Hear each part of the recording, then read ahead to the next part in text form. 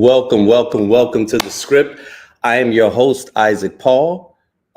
This, once again, is the Unfiltered, Unscripted, Unapologetically Real.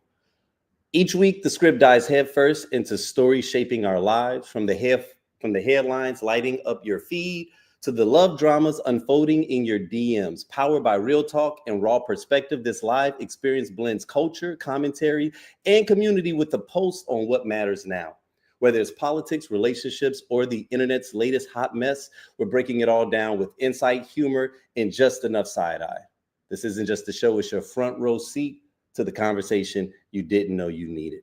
Now, we are in partnership with blackdoctor.org. Now, what is blackdoctor.org? Blackdoctor.org is an organization that seeks to align individuals with healthcare practitioners that are people of color.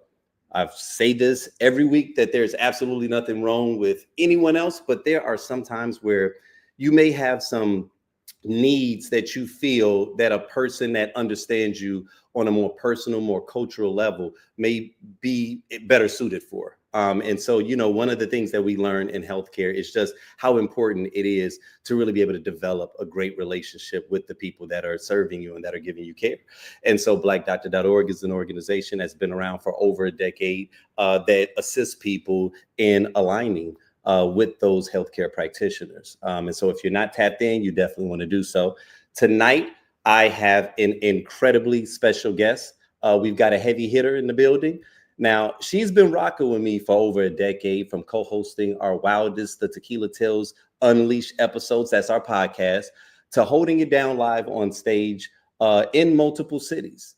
Now, don't get it twisted. This woman is more than just witty comebacks and Leo-level confidence. She's a global HR people partner at Rolls-Royce, with a resume that includes Tesla, a master's degree from Villanova, and certifications that say, yes, I know exactly what I'm talking about. She designs leadership programs, drives culture shifts, and still finds the time to call out bullshit with surgical precision. She's brilliant, bold, and low-key, one of the funniest people I know. Y'all, I want you all to give it up for my girl, my sister in intellect, the edgy Brittney Starwood. Brittney, what's going on, man? Hey, let me tell you something, okay? If I ever am up for a Grammy, an Oscar, a Tony, anything where I need to be brought out, let me tell you something. You just mic drop all, bring out that that was amazing. I couldn't have said it better myself. Thank you for that. Listen, man. Look, you already know I'm amped. You already know I'm excited about this conversation. And it's for a couple of different reasons, right? And I feel like I have to give a couple of disclaimers, right? Like, now that we've gotten the professional stuff out the way, let me go ahead and give some people some disclaimers that some grown people activity is about to happen, because a lot of people that are tuning into the script, I don't know if they've ever had the pleasure of listening to our podcast, the podcast between me, you, Casey, and Omar Jones, called Tequila Tales Unleashed. And let me just say that we should be a lot bigger than we are. Okay, can I just be honest in saying that? You know what I mean? Like I honestly pat myself on the back when I say that like we were like legit cold in that space, right? Why are you talking in these past tenses? Okay. We still are. It's just that life happens. Hibernation, right? We're in hibernation right now. Things don't change. If anything, we get greater as time goes on. We got new material. You know what I'm saying? I totally received it. Now, one quick thing though that is important for me to let everybody know. So you guys, we are streaming from multiple platforms. So I want you all to know that there are some rooms that you may be in where it may be upwards of 50 plus people. There may be some rooms that you're in where it may only be one person. We're streaming through 5 different accounts. So 2 YouTube accounts and 3 Facebook accounts. So even if you are the only one in that room, I have the ability to see your comments when you make them, right? So check it out. We got right here somebody saying, "Oh shit!" See, look at this. BC's full court press. Look, we got Casey Alana. She says, "Hey y'all, Brittney looks amazing." See, So when y'all you all land comment, we get an the opportunity to see it. That's compliments. the Come dope on. part about doing this live, right? Is that we get an opportunity to see you all's commentary and to just kind of like get it in. Now, I was giving a disclaimer a moment ago, and the reason I am giving this disclaimer is just because, like I said, you keep it real. I've given you permission to keep it as conservative as you want to, but I know that when we get into some good conversation, that we grown is what I'm getting at. So I don't want no pearl clutching. You know what I mean? Like if you guys came here because you thought that this was going to be PG-13, it may not be, right? And so it's intelligent conversation, but Absolutely. we might get a little wordy. And so I just want to give people a heads up so that we don't feel like we are being over the top, because I've got a couple of things that I want to talk with you about. Like we're going to touch some in the news stuff, we just a little bit of housekeeping, but the main thing though that I wanted today to be about, as I pointed out earlier, you have been just such an amazing person to have as a part of this Tequila Tales journey, right?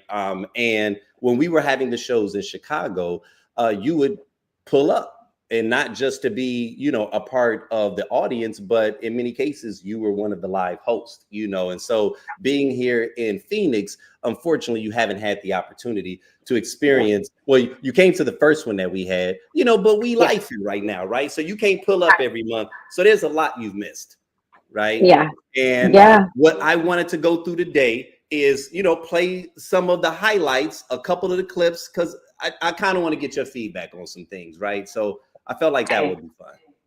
Yeah, absolutely. And I've been waiting, to get pulled in to give you some feedback on how I feel like your shows have been going in Phoenix. So absolutely, let's run a tape. I would love to do that. So where I want to start, okay? So I'm gonna go somewhere different at first, and this is it's not to be a buzzkill, right? And I don't want you to.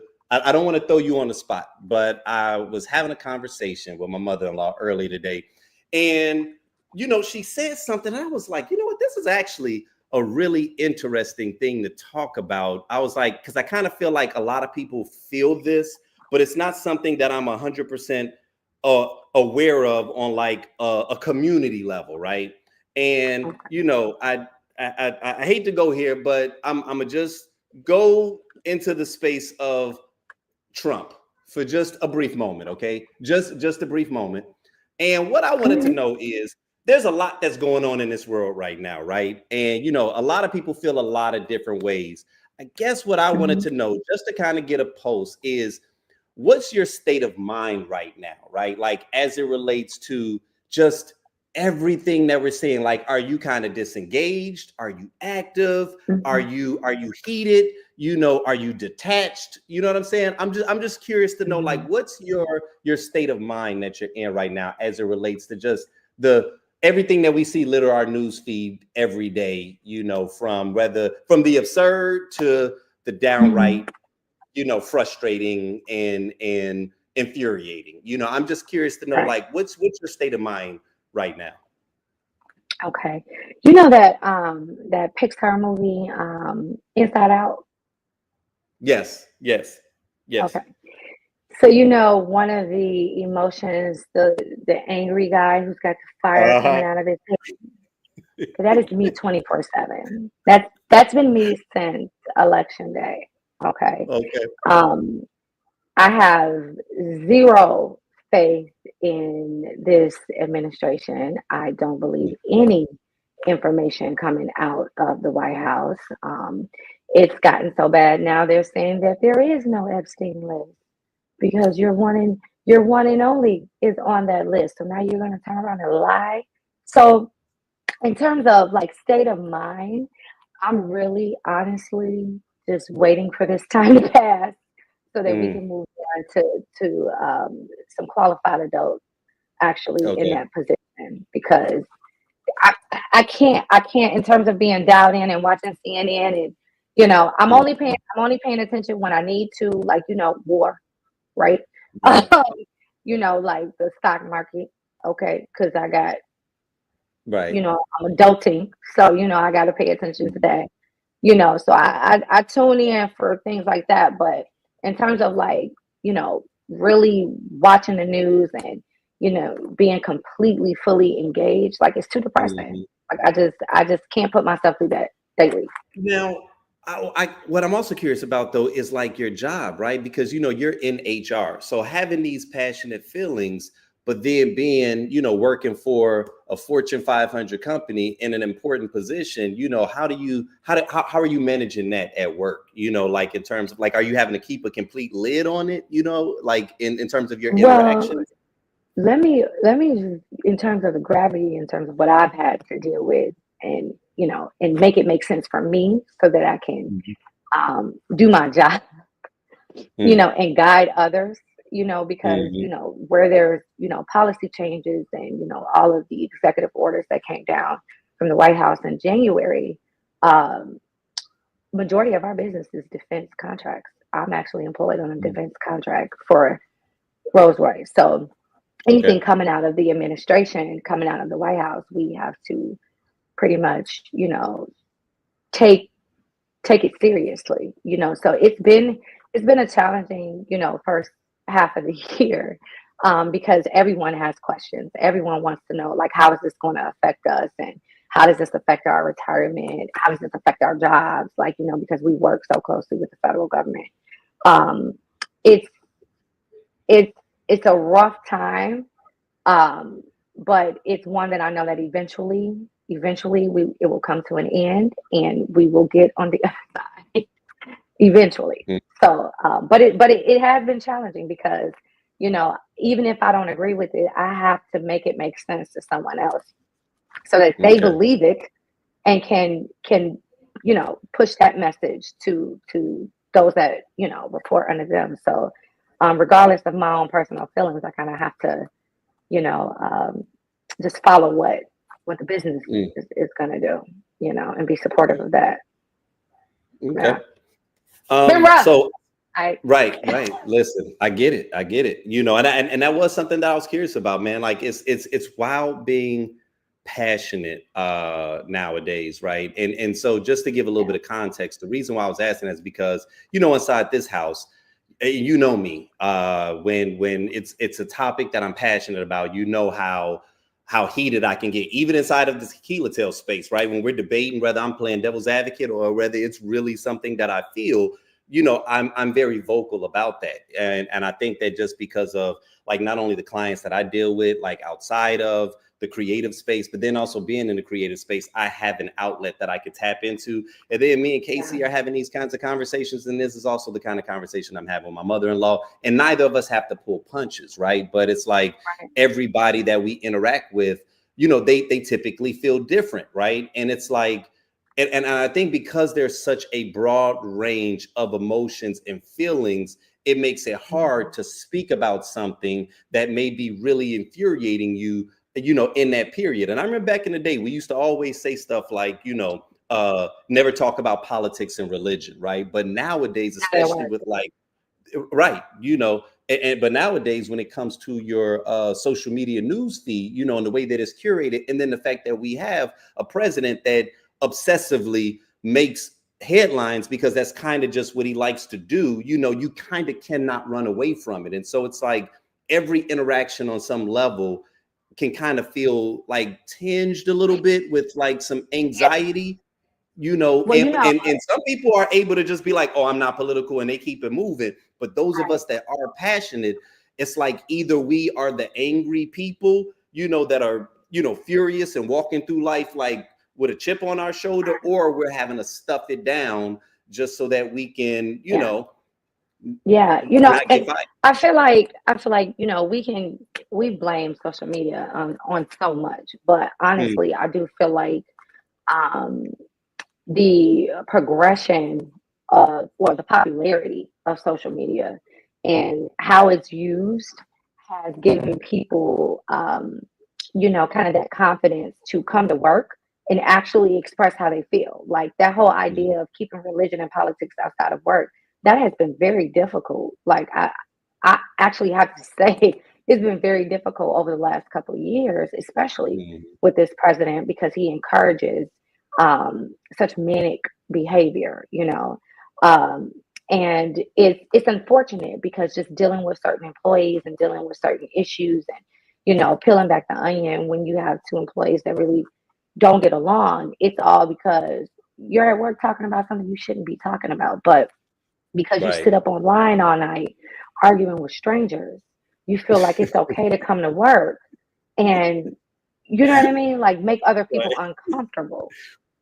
And Hmm. so it's interesting because that energy, that keyword energy, is hard for a lot of people to walk away from. So Mm. because I'm seeing it on just on so many different levels, like, um, I have just chosen to completely detach emotionally from what's been going on because it'll drive me crazy. It'll drive me Right. insane because it's not necessarily something I support. So to continue to keep pressing an issue or having these discussions or argument. Oh, like if I come across someone who is a supporter of the administration, Trump supporter, whatever, MAGA, oh, I just shut up. I just walk Mm. off. I had Hmm. no, no, because you can't change anyone's mind. Like the Right. few moments that you will have that interaction with them will not be lasting enough to change their mind. Yeah. Like if they Yeah. support the Yeah. madness as it is today, then you are that. Like that is you. So there's nothing I can say to change your mind that is not the way to hold yourself as a president or the way to talk to people or handle people or deal with people. So it's Mm-hmm. I've just chosen to just hush and not. I got enough gray hair, Right. Right. Yeah. And because it's yeah. And like I said, I wasn't gonna stay here, but it was something that I was just curious to know. And I ever since I had this conversation with her earlier today, it was just like, man, I'm for the people that I have these kinds of relationships with, where we can have like honest conversations. It's not even necessarily like, oh, let's get into a bitch session or a dumping right, session or feeling sorry for ourselves session. It really is just kind of like I want to start tapping in just to see how people are coping, right? Because we're only yeah, about 6 months in, and you know various people feel a variety of different ways. And like I said, I mhm, know some of us are more on the passionate end. And mhm, those of us that are on the passionate end, those of us that are outraged, we actually become kind of outraged that more people are not outraged. And that can yeah, kind of get in your head. Like, are you guys not saying, like you said, like the whole Epstein thing, right? Like that is crazy because it's breaking currently. And the fascinating thing about it, and so here's what's crazy about that, is that the people on the right, like a lot of the right blogs and stuff like that, and like they're really starting to mhm, dig into this now, and they are upset. Like Alex Jones literally was crying when he was, because he says he's a man of integrity, and he's bothered by this, and are and you it's almost like though? the fact that yeah, Are you though? You're no, picking and choosing your level of integrity and what you're going to be, hoorah about. I've yeah, come to grips, and this might sound really messed up, what I'm about to say, but I dropped something like this once, an episode anyway. But this might sound really messed up, but at this point, he's not gonna get to us. mm, So mm, I'm just gonna sit back and watch all the people who voted for his madness pay for their, mistake. mm-hmm, There's yeah, nothing he's not gonna get to us. I mean, it's just not gonna happen. Like we're and I'm exhausted. I'm tired. Like I'm mm-hmm, not going to continue to keep, oh, this is what we should be focusing on. This is what we should be looking at. I mean, you guys are voting adults. Like, use right, your brain. right, Like, let's not do that. And then, people of any color that support that regime and that madness, I feel like is ridiculous. It's crazy. mm-hmm, Black, brown, um, Asian, whatever. If any other culture that supports that is just, to mm-hmm, me, it's my opinion, it's just insane. It doesn't serve you, it doesn't respect you, it wants to get rid of you. yeah, And this is not a lie. That's something that he's run on. This is something that he's communicated. I mean, yeah. his first term, what was it? The Muslim ban? Right, right. That wasn't enough in itself. I mean, I don't know if you start with one. I mean, he's just going to go down the line. I Mhm. mean, you're not exempt. Right. And it's one of those things, man, where I just kind of feel like, regardless of how exhausted we may be about talking about it, because it's not going away, and things I think are going to become accelerated. It's one of those things where, regardless of how uncomfortable it makes you, regardless of how apolitical people want to be, people are not going to be able to sit on the sidelines with what I believe is coming. I don't think that we just gracefully slide our way through these 4 years unscathed. No, I oh think that no, it's going to something. bring people to a point of Oh, contention where it's like you not saying something is essentially you picking a side, right? oh Because no. when you start to see the carnage and just the violence and the fallout from it, like, I don't care if you are tired about it, I it's not going away. You know what I'm saying? So it's we like have we had we this better start conversation. talking about it. We have had this conversation a million times regarding so many other different situations. Silence is compliance. Like I don't care what you say. At some point, because even when you think about like for work, right? Again, I may not agree with everything that's going on, but it's something that for my job, like, I consider that I do my job very well. It's something that I have to put my personal feelings aside and I have to get my job done. I have to communicate Mhm. in a way that, other people understand and believe what I'm saying, right? That I support, whatever stance the company takes, because that's my job. So I have to Right. take my personal feelings like completely out of that. And so it's Mhm. just that in itself can be draining. But I mean, that's what we do, right? We're not going to always agree, but Yeah, for me, it always that's true. falls down to the respect. Like we don't have to treat each other like trash, even though we don't Mhm. agree. And I Right. think that is the biggest issue that I have with that, Mhm. that Right. party, that administration, because we want to, get disrespectful when someone disagrees. Mhm. And Right. that's just not a way to show leadership. It's not a way to show, community or collaboration. Like how can we be better at what we do if we're not allowing other people in the room to speak? So, and I Right. don't care what position you're in, right? Mhm. Everyone has something to learn. So, Right. but that's not it. That just wants to spew, direction, and this is what I want, this is what I need, do this for me. It's not for the people. It's very, Mhm. very slanted, like slated. It's chaos. It's manic. I just can't. Right. Okay. All right. Well, listen, we're gonna dive into our first clip. Okay. So I'm not gonna do much setup because I don't even Okay. want to lead you. I don't want to guide you. Okay. To get a particular. I'm gonna play the clip, and then Okay. I'm gonna get your assessment from it, and I may have a question or two, as a follow up. Hmm. So with that being said, we're All gonna go right. ahead and dive Let's into do this it. first In clip. that sweet spot between 35 and 40. I don't know how to explain it to maybe your generation because you look a bit younger than me. But for me, that deciding factor is that 90s, early 2000s type of reel. I don't know how to put that into words as to what that is, but I know that it's not plentiful out here.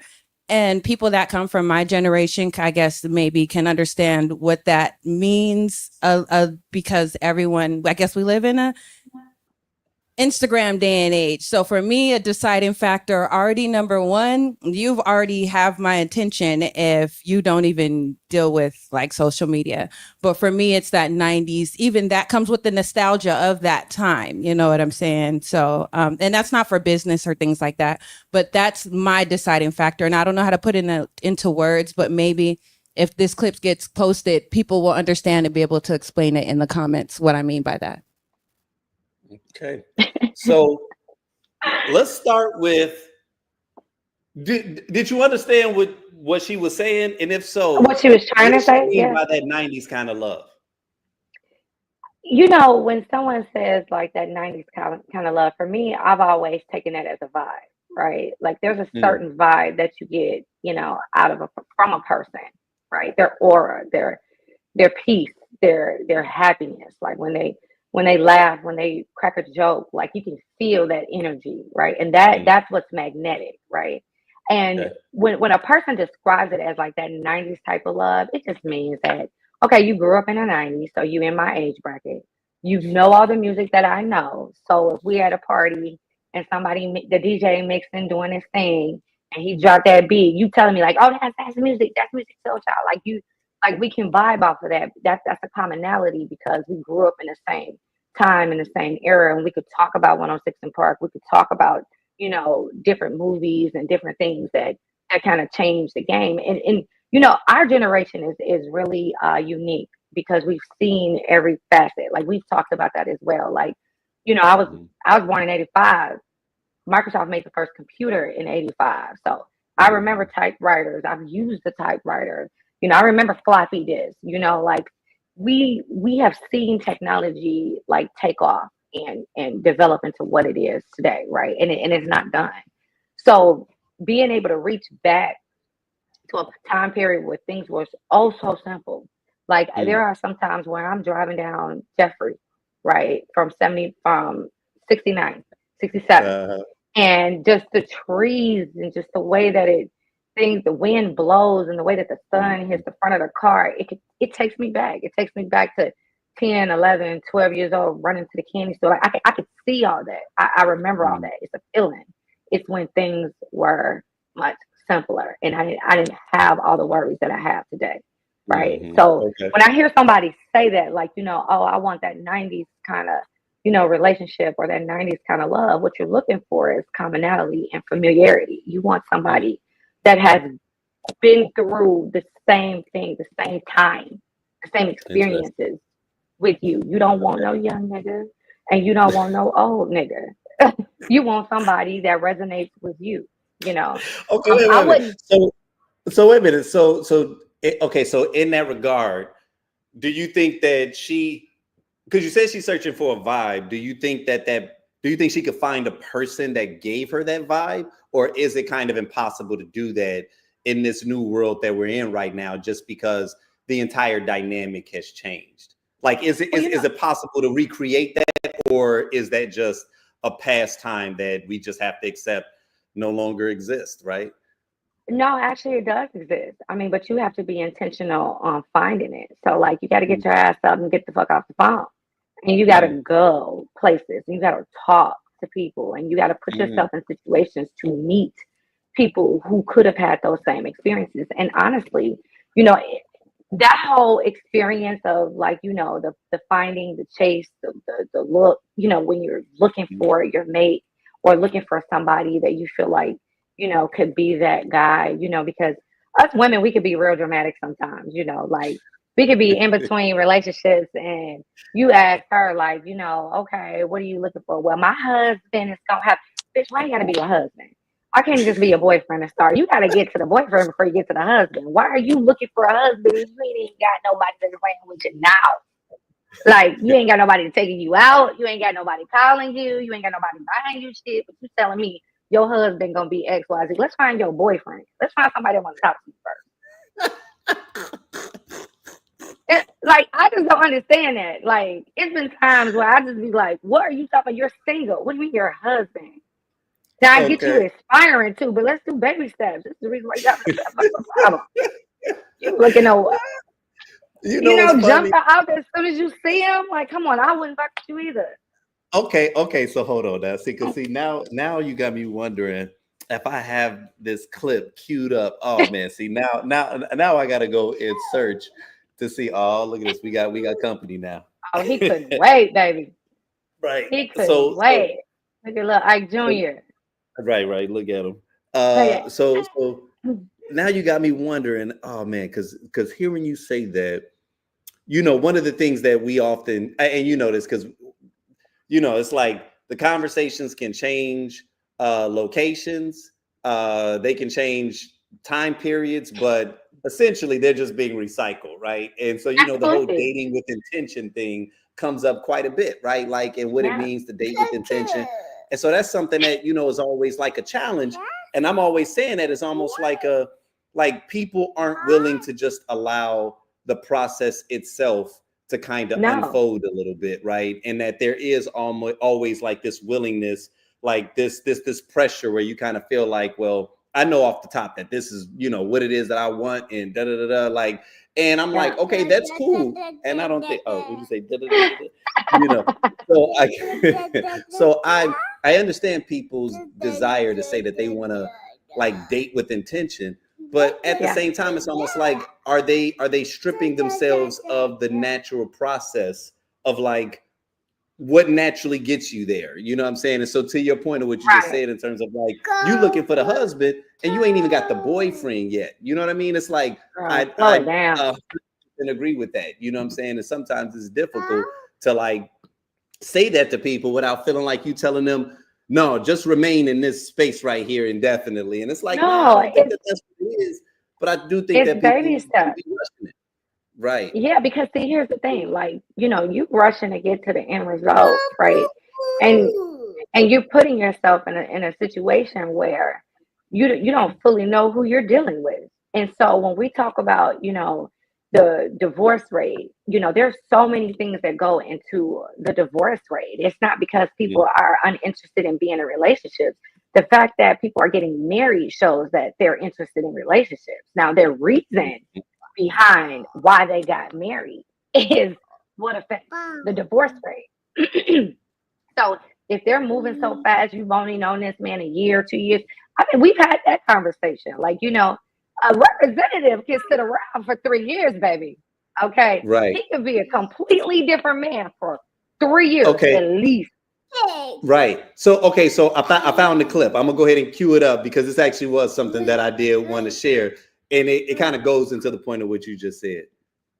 Once he's going to be very clear. And I think we need to, I mean, I'm at a big age. I'm 40 plus, right? So like at this big age, if a man doesn't say date 2, 3, 4, you know, within at least a month, this is where I see you in my life. And I have XYZ planned for you, you don't want me. And I think we just need to be more honest about that as opposed to kind of sitting in this ambivalence like, oh, maybe I can XYZ and he'll come around. I don't think that happens. I think men that really are marriage minded know who you are when they see you, whether they want you forever or not. And I think we just need to be real about that. And I'm kind of piggybacking on what everybody else said, really. I think, you know, men are clear. And with the swing state that I think women allow ourselves to be in, speaking to myself, is that there's really no ambivalence when a man wants to, period. Okay. All right. So this is, you know, maybe it's a gift that I'm not available to show up in Phoenix because maybe my personality wouldn't mix well with the audience, because that would have been a time where I would have said, baby girl, what you're looking for is a stalker. What man in 30 days is going to tell you that, baby, I'm looking for, I see you having 3 of my kids and managing my portfolio. And, you know, we're going to take, you know, trips to the vineyard. We're going to, I'm not going to lie to you. And I consider myself to be very, very emotionally aware. Okay. And a very, very like, you know, real, like I have a level of accountability out of this world. You know, at least that's how I feel, you know. I don't mind, like, if I'm wrong, giving people their props and saying, yeah, I was wrong. Hey, you know, listen, let me tell you something. If we on day 2, 3, or 4, and he starts talking about my womb and my uterus, and when I'm moving in with him, I'm not calling him again. Why is that what you're looking for? Because what's going to happen is in 6 months or to a year, when you finally force him to propose, because now you're riding that train and you're pushing it like, well, when are we going to do this? When are we going to do that? Right now, it just sounds to me like you're bored. Find somebody that keeps your attention so you're not thinking about, oh, when is he going to propose? You guys have only been on 3, 4 dates. Right. J-Lo. Right. Like, come on. Like, that doesn't even make any sense. You don't even know enough about, like, at 30 days, do you know if his mama crazy or not? Is she alive? Right. Where's his daddy? Do we know?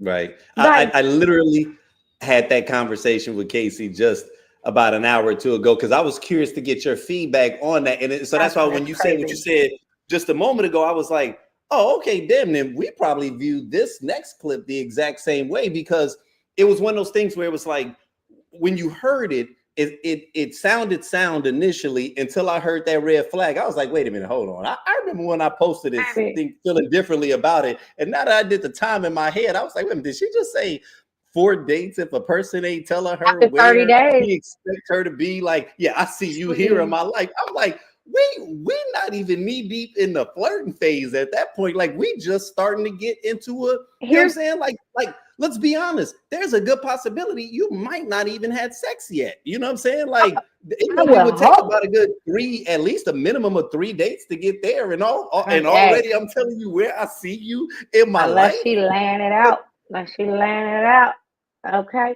But here's the thing. Like, I agree with one thing that she said. Like, a man is going to be honest and a man is going to tell you what's good. It's up to you to pay attention to when he's speaking. Like, and not hear what you want to hear. So when you mention marriage or you say something about having kids at your big age of 40 plus, because you ain't had it yet, and he say something like, oh man, you know, I've been really looking forward to, you know, turning 50 and really traveling, you know, and you steady pushing, oh no, well, I ain't had no kids, so, you know, we definitely gonna have to have 1 or 2. You're not hearing what is being said to you. In those situations, you're not listening. And vice versa, same thing with men. You know, because there are some outliers like that. Some men that get into certain, you know, with certain women and are possessive and controlling. And by date 3 or 4, it's like, you moving in. Why are you not trying to move in? And this, that, and the third. That should scare you. Yeah. Not make you all, you know, me so horny and I'm ready to get married. No, that should actually freak you out. Like, it's like sometimes people just say stuff because they think it sounds good, but it don't though. Like, but then it makes sense as to why your relationships don't work, because you just like to say stuff. Right. Well, look, I'm a tattletale on Casey, because when I told her the angle I was going to take, she was like, well, you know, you gotta be careful, because, you know, when Brittney know when she likes somebody, she'll move fast. And I was like, yeah, but we ain't talking like fast and she don't know the nigga. You know what I'm saying? Like, it might be she done known him already. I mean, and then they went there and she like, all right, if we gonna do this, we gonna do it. But I'm like, no, she ain't gonna just know somebody 30 days and be like, well, where you at? I need to know where I'm at in your life. Like, now, there's some things I could say, but it may not be appropriate for this platform.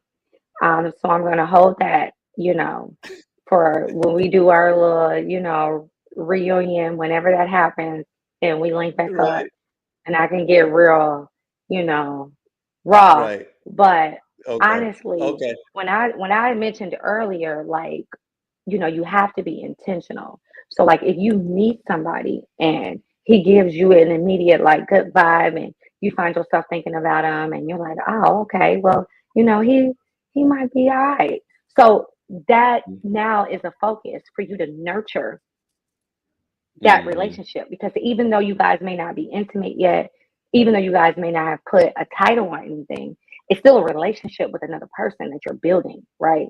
And so in order to get to those other milestones, regardless of how old you are, like, that's another thing too that blows me. Like, oh, because I'm 40 plus or I'm in my 50s, I don't have time to play. No, you don't have time to play, but that don't mean you skip steps. Right.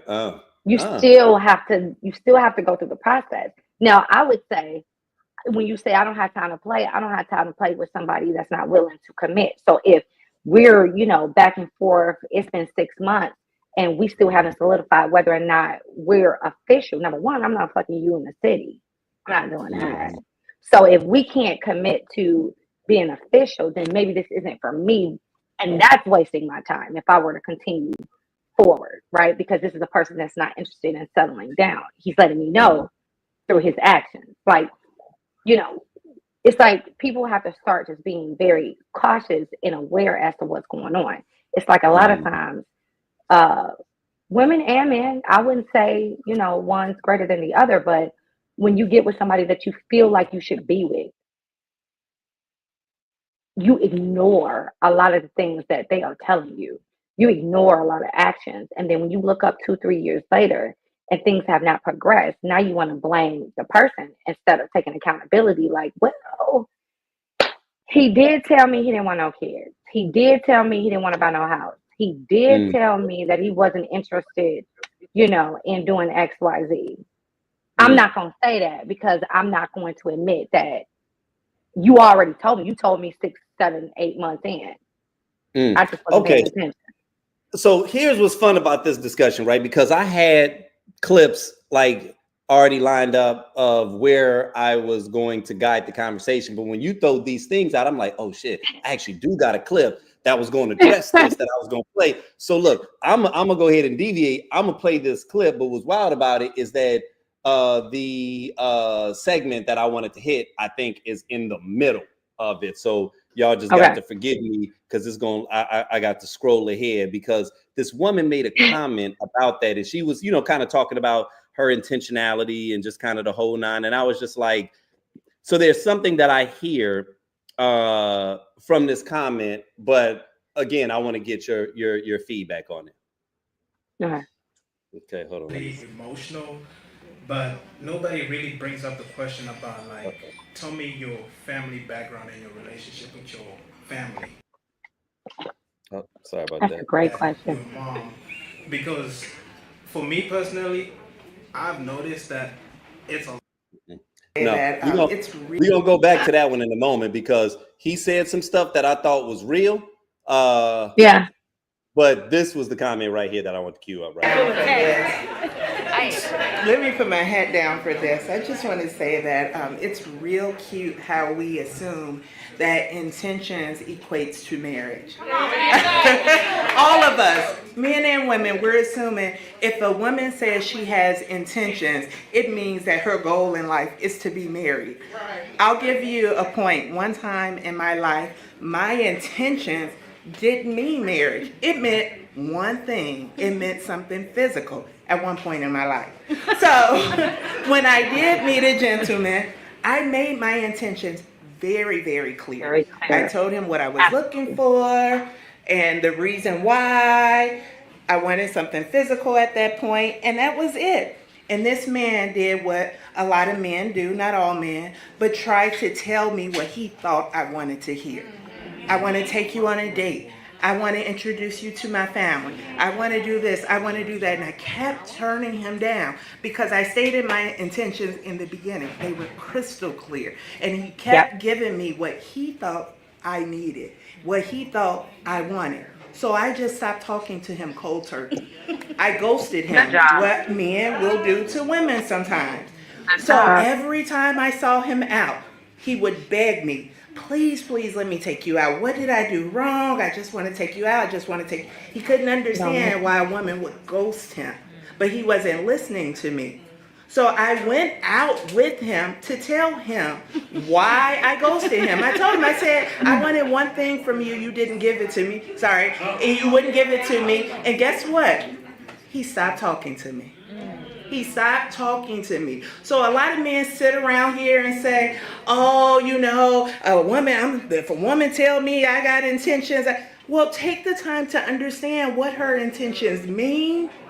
Do they involve you even? Because she might have intentions and she's just telling you what she wants to do. How many times have we been asked, what do you want to be when you grow up? That doesn't mean it's with you. It means what I want for myself. So men need to take a couple of questions more to find out what that actually means. And they may find a friend. They may find a wife.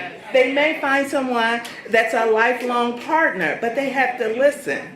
We have to listen to each other. okay. So before y'all start clapping, Before y'all So start you already clapping. heard me.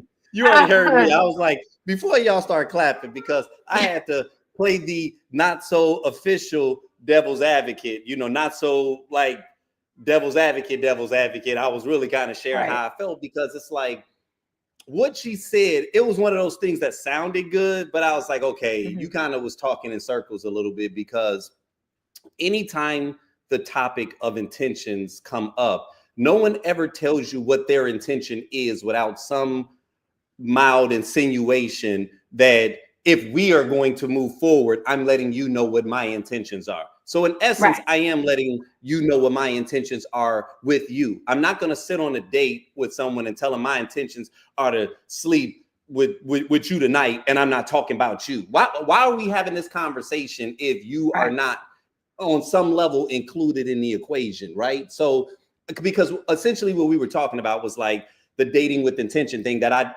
it's not that I Yeah. think it's a bad thing, but I think that sometimes it rules the courtship process. And to the point of what you said a moment ago, we sometimes skip steps, right? And we don't realize Yeah. that before, like you're telling me your intentions before we even establish whether or not we have chemistry, whether or Right. not we establish Like, whether or not we're going to be a good fit. So it's like, I can understand what your ultimate desire is, right? But when you say intention, you kind of turn this shit into like a job, right? And you're telling me that like, okay, yeah. I gotta hit these benchmarks. And if I don't hit these So, benchmarks, then this isn't successful. And so that's what I'm focused on. So it's almost like every interaction isn't us determining whether or not we can reach that level. You're just letting me know that, well, this is my intention. And it's like, I'm right. like, it's cool to have it, but when we lead with that, you know what I'm saying? When we Yeah. don't give It's a that turn off. space, Like what you're it's a turn saying. on, and it can add an unnecessary amount of pressure to the situation, Right. because what I was saying was most men know on some level, or we can tell when we're dating someone if that is kind Yeah. of their desire. The same way that when you apply for a job, I know your goal was to get paid, right? And to get paid as much as you Yeah. possibly can. But if you come in on interview one talking about that, it's going to leave a bad taste in the employer's mouth, because it's like, okay, duh, you're obviously here to get a check, but if you start asking me about vacation days and like how much you getting paid off the rip, all right, this let me know you don't understand the process, you don't understand the Yeah. game, the dance Now, that we're playing. right. Now, it sounds like what you're saying is that there's a lot of weird people out there that are socially inept. Like they have a problem with relaxing, being on a date, being natural, and communicating what their goal is without sounding like I'm looking to get married like today. Right? Right. It's okay to express that you are not casually dating, that you are out here and you're looking for something that could lead to something serious. And it's okay for that man to look at you and say, well, right now, I just got out of a serious relationship. What I'm looking for right now is just to have a little bit of fun. And then it's okay for you to reply, oh, well, you're so cute. Well, you use my number when you're ready for something a little more serious. You ready to build on something a little more serious. And then you go separate ways. Like it's okay to say that, I'm in terms of me dating with intention, I'm dating because I'm looking to build on something. I'm looking for, a monogamous relationship. And it's okay to express that, because that is what you don't want. You don't want to, be dealing with somebody that's actually looking for fun while you're thinking that these little escapades and showing up for lunch and all this stuff is going to lead to something serious in 6 to 7 months, but it never does, because that's not what he's looking for. So it's just finding a way to kind of communicate that without being weird, man, without coming off weird. Like, you got niggas tied up in a basement somewhere. Like, that's just it's not attractive. And then it's like, you wonder why you are attractive and motherfuckers is ghosting you, why people are not replying, like, returning your calls. It's like, because you are wired, like you are focused on something that I don't want to talk about right now. Right. And I a couple of weeks ago, I kind of addressed this in the live, and then I made a reel about it where, I was kind of sharing that, like, I think that that's one of the things that as we mature, because we are, a little bit more grounded and centered in ourselves, we know what it is that we want, that sometimes the unfortunate consequence of said growth or of said awareness is our unwillingness to sometimes like acquiesce, to either the moment or the person a little bit. And so it's almost like the moment that we step into these situations where someone doesn't fit exactly what it is that we're looking for, we offer no, wiggle room. Like there's no room for growth. There's no, and I'm not talking about like giving a person a bunch of space so that they can play games, but I'm like, Right. everybody doesn't approach this situation with this dire necessity that is like, if this don't happen, then X, Y, and Z, because especially if you're a man that, because okay, to the situation that you said a moment ago, a guy said, you know, I'm in a relationship. Oh, I just got out of a relationship, so right now I'm just kind of like looking for something casual. Now, that for me is always such an interesting space to be in, because to your point, if a woman did reply with, "Oh, you so cute," well, look, hit me up when you're right. That's fair, because no one should put themselves in a space emotionally that they aren't, you know, ready or willing to deal with whatever the fallout is. So She'll be a friend. right? But I also see it from a space where it's like, guys always say stuff like that on a level, because if left up to us, we would, you know, like the guy that's normally like, I'm looking for a wife and I'm ready to settle down. I would say about 7 to 8 times out of 10, that ain't the dude that most of these women want anyway, right? Like, they don't want the guy that's out here like thirstily looking for somebody to bag, because he ain't got nowhere to stay. Settle down. Like, bro, why you? And I'm not gonna say why you in such a rush to settle down, because I understand people that like are looking for something real and they're ready for that.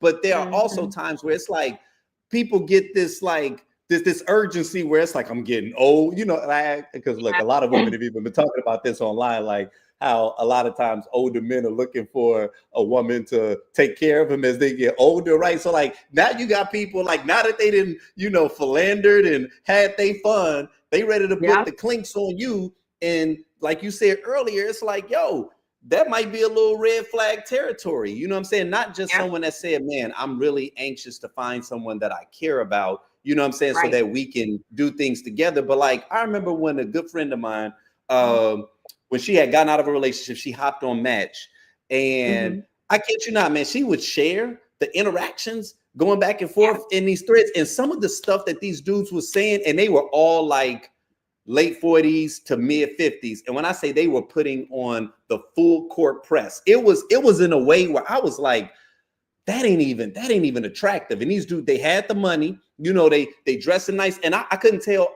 are they just telling you what they think you want to hear? Or are they really this like thirsty to snatch you? Like to the point where they was like, it might have been like date 2, and they were saying stuff like, man, you know, I had such a great time last night, but I'm be honest, man, I don't know how I feel about you. You know, you still got your profile up on Match, you know, and I just feel like, you know, man, I'm ready to take you off the market. And you know, I remember her telling me this back then, and I was just like, yo, I'm gonna be honest, that sounds a little, you know what I mean? Like that sounds a little ultra possessive. You know, I mean, I get it, you dope, sis. You know what I'm saying? And you know, I can understand if the dude is really feeling you, because we've all sometimes been bitten by the bug. But it's like, if he ain't got no coof to just know how to just once again play the game, bro. Like, just take it easy, man. Think about it.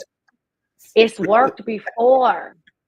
It's worked before. And think about a homegirl that we saw, the first one. It's like, if in 30 days you're not giving me a plan for us and how I'm gonna be, you know, pregnant with your babies in your house and we're gonna be married, if you're not telling me that in 30 days, then you don't want me. So there are women that think that that is attractive, you know.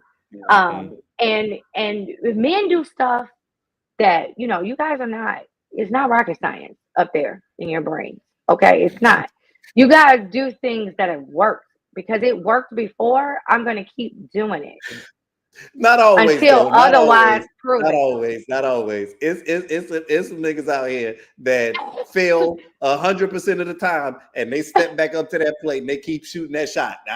Like catcalling, I have yet to see a woman turn around to being catcalled by some dude in the car like me.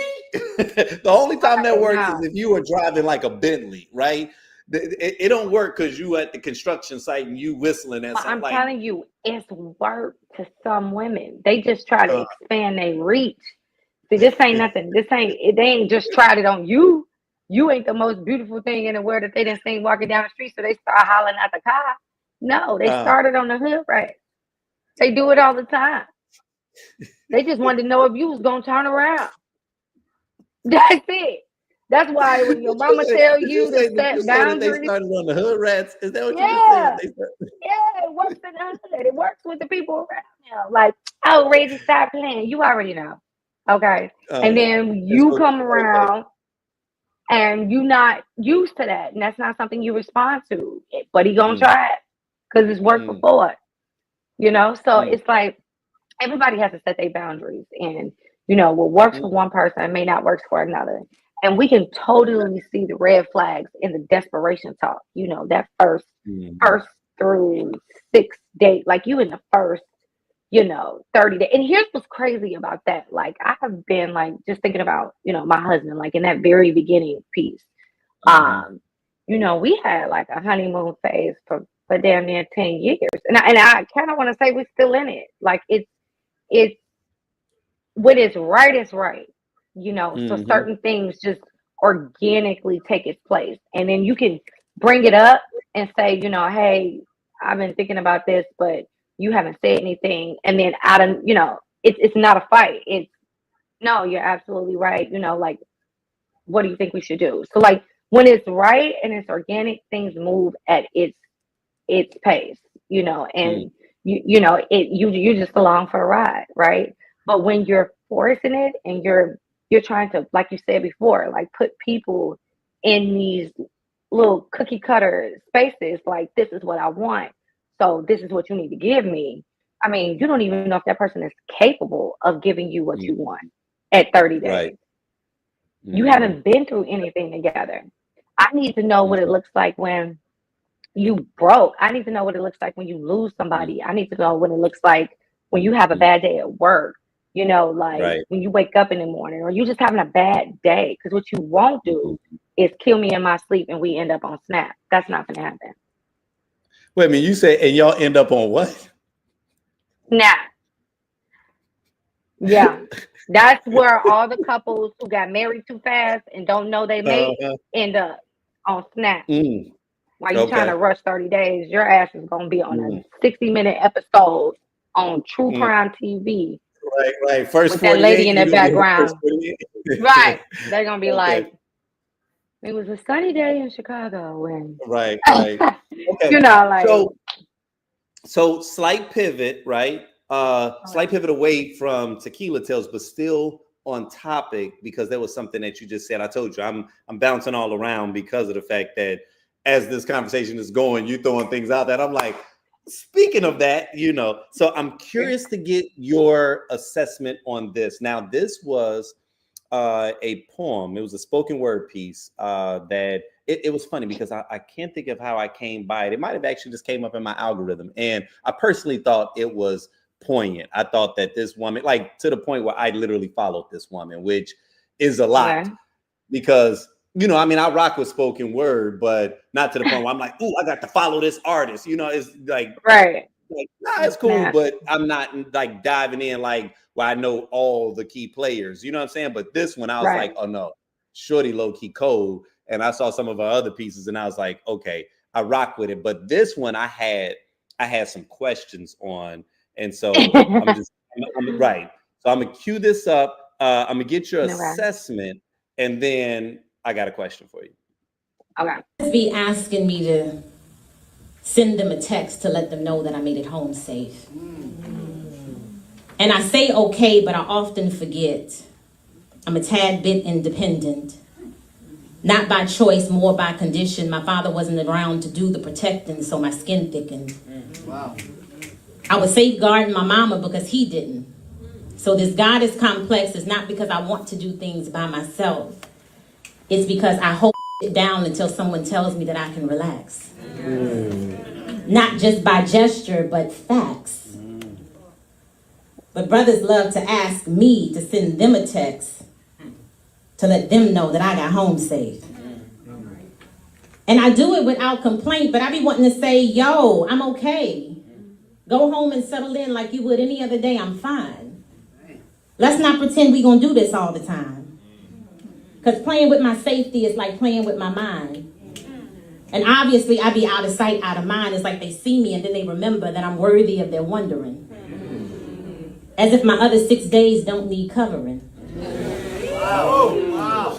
And I'm not trying to be stubborn. I just don't want to pretend that these random acts of care can compare to the provisions of a good husband. I mean, there's plenty of nights I get home after the street lights come on, and it's business as usual. Everybody carries on, but today, somebody wants to know that I made it home safe on a random Tuesday. And I promise you, I want to appreciate it, but it leaves me deeply insatiated to be like, hey, I'm home. And then they be like, good. And I guess that makes a man feel the way that a man should. And I guess that makes a man feel like I'm better protected because of his text message. And there's somebody right now saying, girl, just be happy somebody thought about you. As if people never do. I'm cared for. That's why this random text message every blue moon leaves me confused. But I'm never rude. I let them know that my commute was smooth, but here's the truth, God got me, I'm safe. I check in with my mom and them every single day. My homegirl lives 5 minutes away. My homeboy works nights. He's like, hey, if you need to talk, call me along the way. Their care is consistent. And this little text message exchange will soon be non-existent. It's protection on the screen. It's not like you walk into the door with me. It's not like you talk to me on a long drive. So I'm home like, yo, I'm alive. I made it home. Let's do this again in 17 weeks when you see me at another show. But for right now, there's a spider in the corner of my room. And the trash needs to be pulled. And I'm going to need some air in my back tire real soon. But this text message confirmation is cool. It's a nice gesture. Okay. So what are your thoughts on that? I got a few.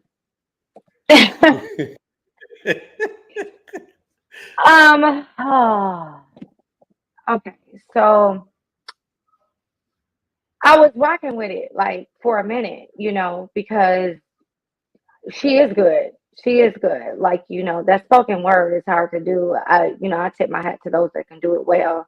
It's all about wordplay and tone, tempo, all of that. Like how do you make it do what it need to do to get the message across that you're trying to get across. So I think that she is very talented. So I was rocking with it for a minute, but then for a moment it started to feel very she made a statement like, she got a homeboy that calls to check in on her on the way home. My mama, she check in with her every day, and her homegirl is like 5 minutes away.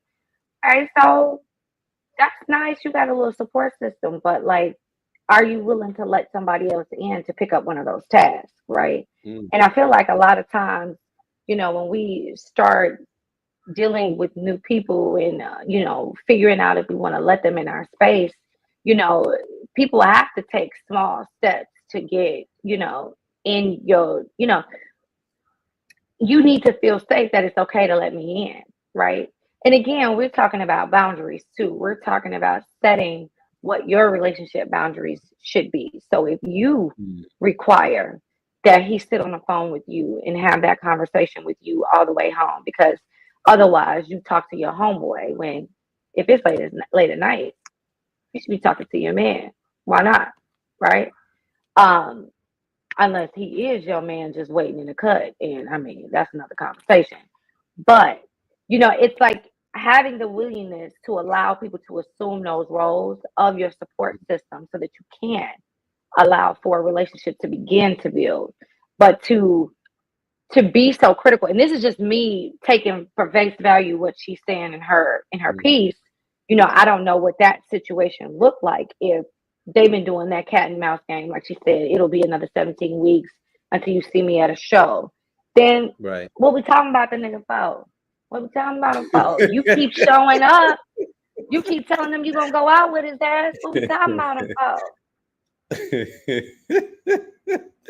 You know what?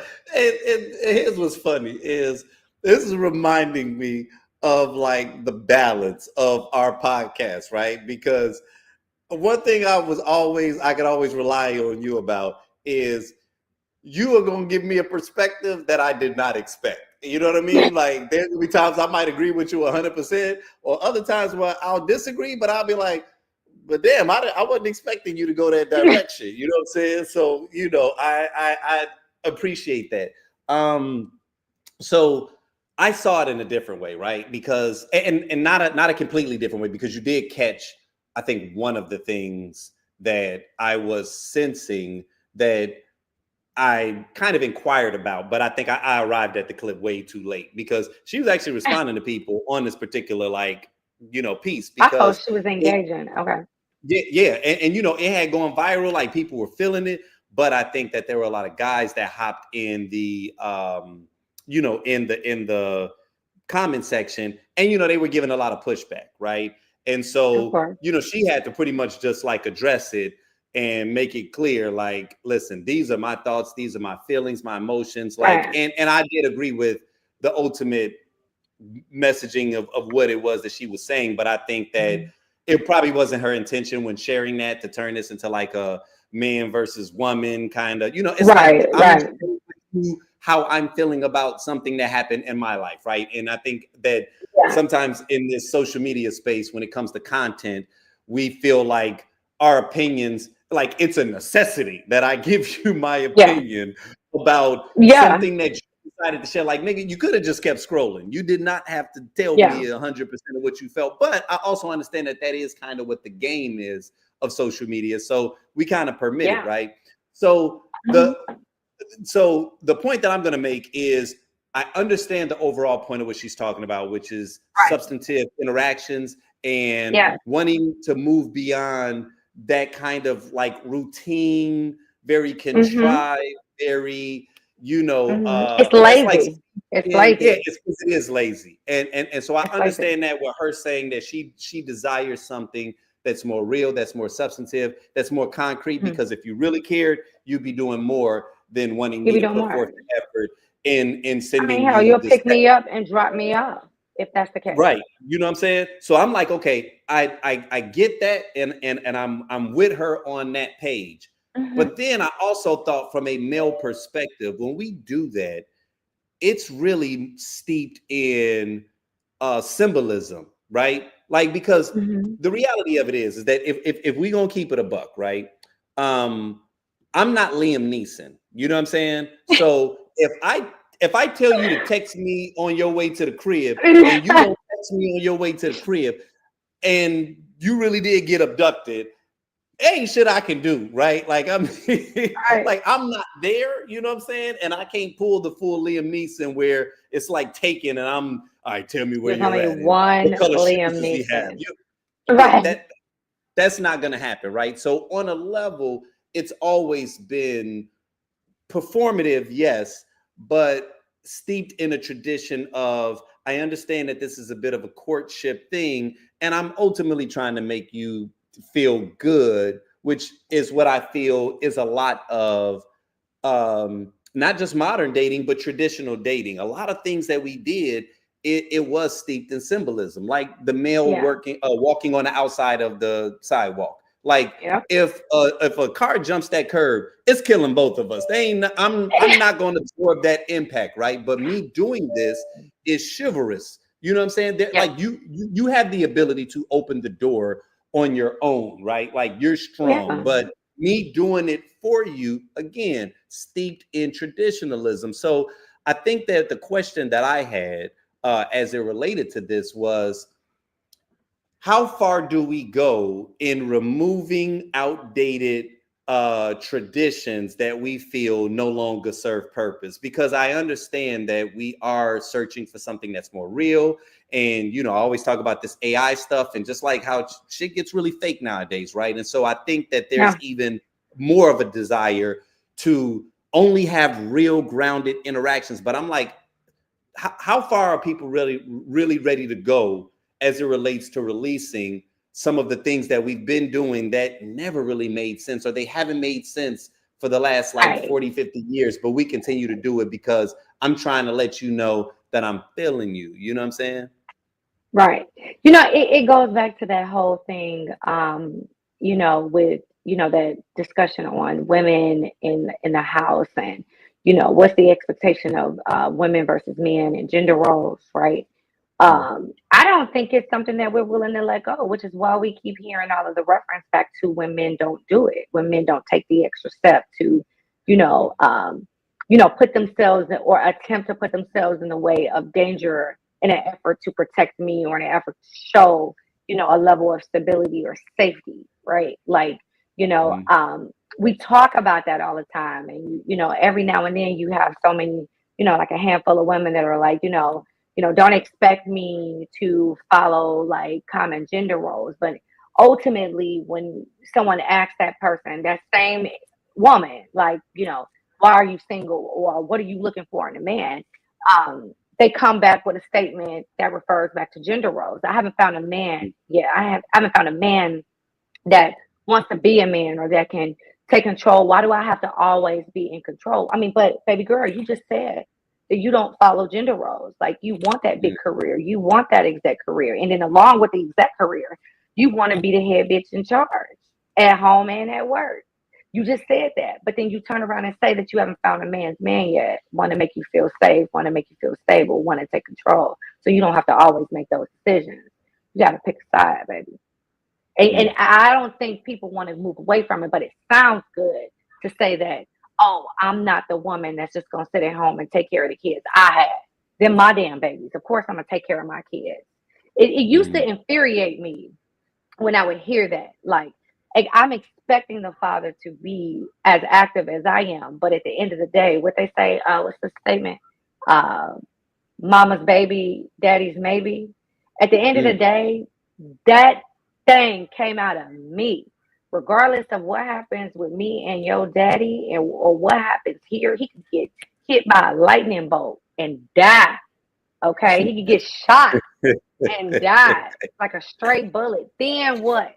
You're gonna sit around and not do what you're supposed to do as a mother, right? Just because you don't, it's just weird. It just, to me, I feel like it's a lot of conversation just to have conversation, when ultimately at the end of the day, we're all wired the same. We all came from the same living, same way of life. Like, that's what majority of us saw growing up. Now, as much as they want to push back on it, you're still wired that way. So you're saying that you're not going to conform, but you're looking for a man to do that.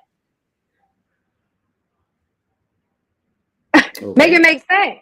Right. So I don't think people are trying to move away from it. I think that is something that just has been so ingrained in just our culture that it's expected. It's like a subconscious expectation. Like, I've even heard some of these very same strong ass women say, he didn't even walk around and open my door. He didn't do this and he didn't do that. But it's like, you crying that you don't need that. That's not what you're looking for.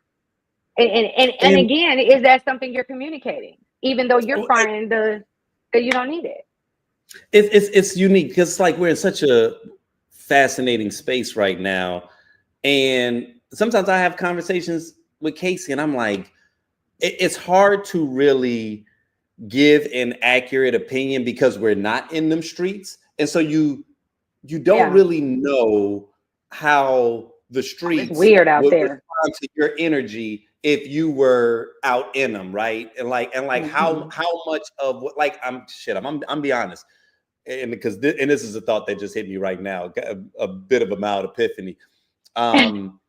We lucky that we found our people pre-COVID, because I'm wondering how much of this was like COVID induced, how much of this is just a complete backlash of everything that happened during that period, and how especially people that may not have been in relationships, or they were in relationships that did not work out during that COVID period, and just how that experience really shuffled the deck, right? And just really changed many of us on some very profound ways. And society is still trying to kind of catch back up a little bit. You know what I'm saying? Because it's so much that's different now, even because Casey and I talk about this, like, sometimes there are times where it's like, I can't figure out if men and women that are available like one another anymore. You know what I mean? Right. It's and I know some of it was social media induced. And what I mean by that is just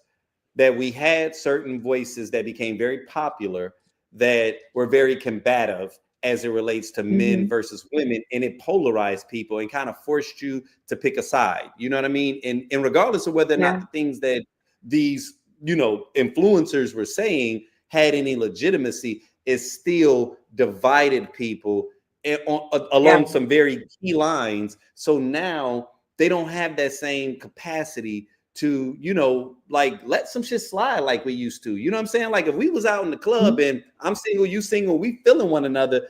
There's so much other shit that we are kind of like brushing over just purely off of the chemistry and our physical attraction and like what might be like a mutually desired goal, which is us hooking up, if not tonight, at some point. Like we both playing this game because on some level we're both invested in whatever this may be. But now social media, and what I mean by social media, I'm not even just talking about the content.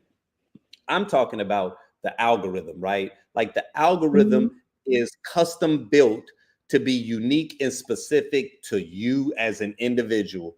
And it caters to you in a way that I don't think anybody, any human being in this world has the ability or the capacity to do. Nobody, not your mama, not your children, not the love of your life, your soulmate does not have the ability to cater to you better than artificial intelligence does, because it knows you damn near better than you know yourself. It knows your triggers. It knows that you go to church, but you watch ratchet stuff. You know what I'm saying? It really knows what your interest. Yeah, you didn't like it, but it knows that you rewound it 8 times. I had to watch it 8 times. You really, and it don't know the world that you present to the world or the face that you present to the world. It knows you. You know what I'm saying? Yeah. And so I think that we are starting to step into real life situations with real life humans with that same level of catered expectation. And I honestly think that that is part of what is making it so difficult for people to get to that next space. Now, I understand you saying to the point like, no, I want more, I desire more, and I don't want to settle. I get that, and I'm not saying people should accept. But those same people are not willing to put in the work either. Like they're looking for the relationship just to come wrapped in a bow and dropped in their lap. And that's because you got all these complaints about him. But what the fuck about you? What have you done? What have you done to try to filter, water, and grow this situation? You haven't done anything but consistently complain about what he's not doing for you. And we don't know if you're even communicating, if that is what you're expecting, or if you are expecting him to know. Like I've had that conversation recently with someone, and I had to walk away from her because she said, oh, he should already know. I shouldn't have to tell him. You said, are you dating a psychic? Are you dating Cleo? You know what I'm saying? Call me now. Like, what are you talking about? Right. So, and we grown, you know, which means that you ain't the first, baby. You're not it. So he's had other relationships, other things that have had impressions on him, right? And so anytime you attempt to try to build with somebody, and again, all relationships, friendships, intimate relationships, you have to communicate what your boundaries are and what it is that you're looking for. You can't automatically assume just because a person is 40-something years old, they know how to treat you. They know how to handle you. They know how to talk to you. They know how to, like love on you, surprise you. They don't know how to do any of that. You got to teach them. You got to teach them. Like a lot of times I used to mess with my husband, but then boyfriend. Like, I would say, you're gonna learn today. Like I'm gonna teach you today. Like you're gonna figure this out today. This is what I like. This is what I like to do, or this is what I need from you. And like a lot of times people don't want to have those conversations because I don't know if they don't feel confident already in the relationship to request that. So in order to save face, or let me not be told no. Let me not be told that he can't do that. Let me not open the door for a no. So I'm gonna just sit back and expect it, and then get mad when it don't happen. Right. Because that's the part right there. If you sit back and accept it, then on a level you have kind of condoned it or acquiesced to it on a level. Yeah. You know what I'm saying? Yeah. Now, the frustration is still warranted, but it's almost like how does that person know? You know, like what's Right. the feedback? Have you given them feedback? And I do think that sometimes there are times where I may want to put the blame on people because I try to be tapped in and keyed in, and like I can tell, you know, when Casey is feeling some kind of way, right? Like, but that's important to me to be tapped in. It's important for Yeah. me as a communicator to know like how you are feeling, how you think, you know. And in most cases, I'm trying to sense it, I'm trying to intuit it, but I also feel like we have an open enough communication to whereas she knows that she can trust me with sharing it and that I'm not gonna, you know, tear her down for it. Now, I Right. say that knowing that that's me and that just by looking at social media and looking at the world and whatever, that this is not how most people get down, men or women, right? So I say that saying not that I'm perfect, but that happens to be a strength of mine. Most people Yeah. in relationships, unfortunately, may not have that capacity. And so now, you know, we're dealing with these other things, right? And this attempt at trying to move forward with the understanding that we may not see eye to eye. And so anytime I'm even bringing it back to like technology, I'm bringing it back to like social media specifically, it's because I think that it's not just about what it does, but I think it's about the habits that it creates, and that the more comfortable you become in virtual or artificial reality, right? We call it virtual reality and artificial intelligence. You start to confuse that with real intelligence and with real reality, right? And so you become accustomed to the benefits of this virtual world while still secretly desiring the benefits of the physical world. And it's like they do operate off of different, you know, rules. And so I think that like, yes, you do want something perfect and you want something that's catered for you. But that's why I'd be like, man, but you don't want to have sex though, bro. Like you don't want to, like, I mean, there's way too many dudes arguing with chicks online. And I'm just like, man, I don't have time to be So doing my that. husband, yes, my husband said something to me a few years ago that I thought was so profound, but it's literally facts. It's the truth. So he said, this going back to the 90s. So you know how back in school, especially going through CPS, right? Public schools in Chicago, they would separate the slow kids. Like there was like a slow class, not slow. I'm Right. sorry, like whatever the proper term is. Okay, don't fucking get on Instagram, find me and try to. I will block all of you. Okay. Anyway, there I know what was you're talking about. you know, okay, SPED Yeah. class, special education, and it's Yeah. worse now. They call them SPED. I wish we would have had that little abbreviation back in the 90s. They were special education kids, okay? But Right. they were separated from the group. They did shit differently because Mm. the way that they interacted and engaged with other students was different, right? Social media, there are no guardrails. Yeah. Everybody is in one big ass pot. So you got the SPED kids and you got the normal kids arguing. The dumbest shit I've ever seen in my life. And this is Mhm. where we get MAGA. But Mm. like, you know, like that's where, and then when it comes down to relationships, you got all these, you know, what appears to be, you know, mentally and emotionally available people, but really Mhm. these are a bunch of people that need therapy because they don't know how to communicate. They don't Right. know how to express themselves. They don't know how to show love. All they know how to do is either, you know, talk shit, degrade you, make you feel like, you know, the worst person in the room so that they don't feel like the worst. But it's all a defense mechanism to save themselves. It's not thinking like, okay, not only am I looking to make sure I care for myself, but I want to make sure Mhm. in my response that I am caring for the individual that I say that I care about. Like, I don't want Right. to say anything to make you feel like I mean anything outside of how I actually feel. I may be upset with you, but I don't hate you. Like, I still love you.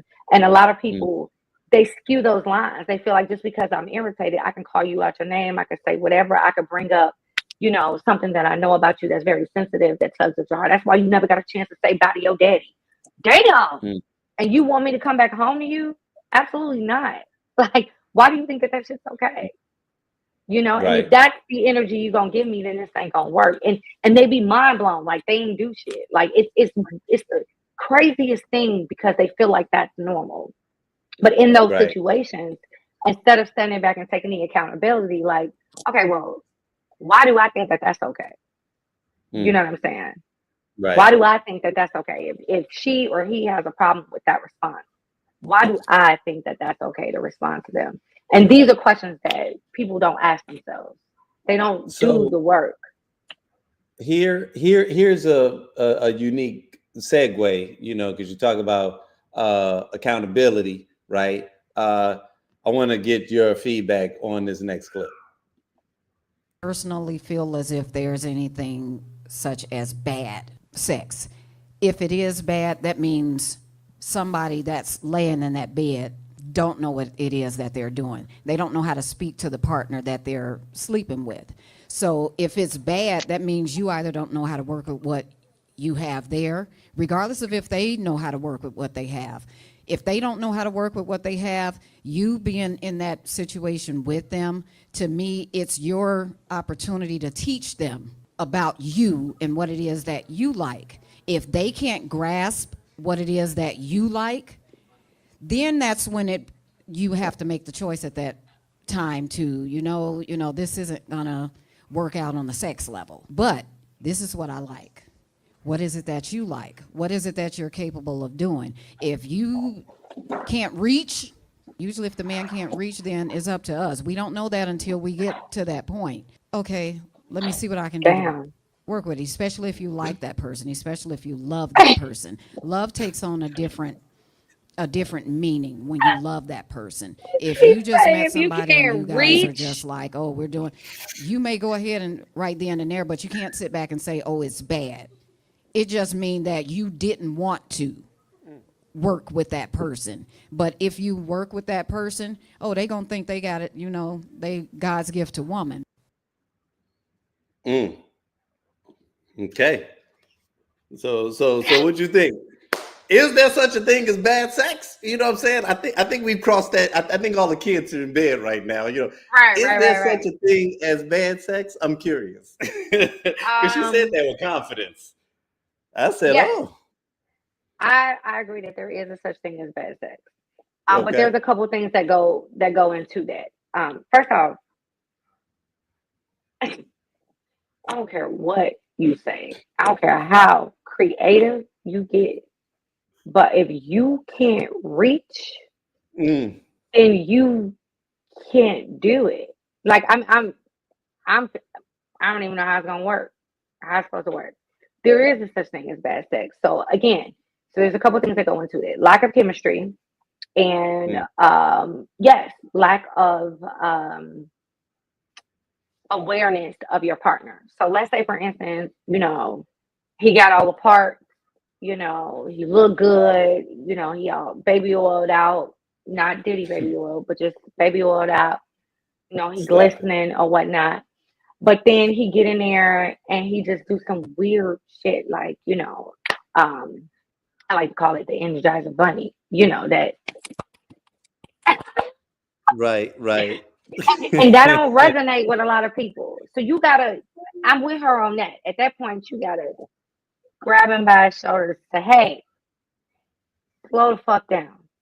Okay. Mm, Calm down. All right. So you do have to communicate what you like and what you need. Okay. You can't, right. again, nobody is a mind reader. Nobody's mama is out here riding around on a broom with a big ass pot cooking up little kids and shit. Like nobody is out here with that ability to read minds. Okay. So you do have to Mhm. communicate. But even if you communicate and he's doing all the things right, if there's a lack of chemistry, the Right. sex still will be bad. So it's a two-piecer. You gotta be into each other, and you also gotta communicate. You gotta communicate Mm, so that you both can receive what needs to be received when you engage in relations. Like, don't waste the moment. Like, why mm. why do that? So You know, I agree with that part, but yeah, yeah. It was just one of them comments, man. It felt pretty bold to say there's no such thing as bad sex. I'm like, all I'm saying there is, is. but you are an enviable person, because that means that you've had nothing but great sex your entire life, right? And so either you are the type of person that can just get yourself there and get there pretty Or easily, she just or started what? having Because sex. I'm like, listen, I don't care how much you like a person, like, to your point, like, nah, there's sometimes where it's just not, to your point, it's just not clicking. You know what I mean? No, And right. it may not even always be about equipment. I do think that equipment You gotta plays an have the important equipment. role, I mean, that's right? part Right. one. But Like that's I step also one. know that to some people that are even on the far side of having like too much equipment, that you feel what I'm saying? Like Yeah. it's not just about the tools if you don't really know what it is that you're doing. So it's like You there's gotta have all a right, levels the of bad right sex tools. that could occur. You know what I'm saying? And Oh so yeah. for her to say that means that in her world, that she's probably batting about 1,000. You know what I'm saying? Every time, Yeah. basically, what she letting us know is, I finish, okay, every time, okay, I get a receipt every time, because she Right. said that with comment. I don't believe that there's nothing. Oh, there's all kinds of stuff you can do. I'm like, oh, I okay, mean, but go let us you know could you a finish, but that don't mean you enjoyed it. You could right, finish, but that don't necessarily mean you enjoyed it. but Like it sounds like she enjoyed it for look, her to say that there there's ain't so nothing many things that can make sex bad. Odors, right. passing gas. Why you? Oh, Hey, stop I it, don't care. That shit. stop it, I'm just gonna stop it. laugh. Okay. No. You just fucked up the Okay. moment. Now it's time for me to piss you off, okay? With Okay. this next clip, just because I literally pulled this one to the side just because I wanted to get your feedback on this. Mhm. To be friends with, Uh, they respect where I am and I'm respecting where they are. I am currently friends with a couple of my exes because I respect their wives. We go out together, we've hung out together, we've traveled together, things like that. So I feel like friends are friends for a reason, right? Like some of those people have taught me things. I have taught them things. Like they're in my life for a reason. I'm in their lives for a reason.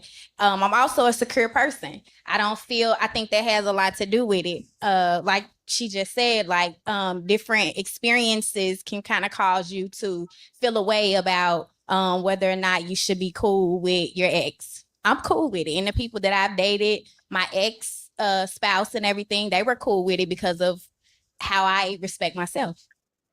mm. Okay, what you think about that? What you think about that, Brittany? She said you can be cool with your ex.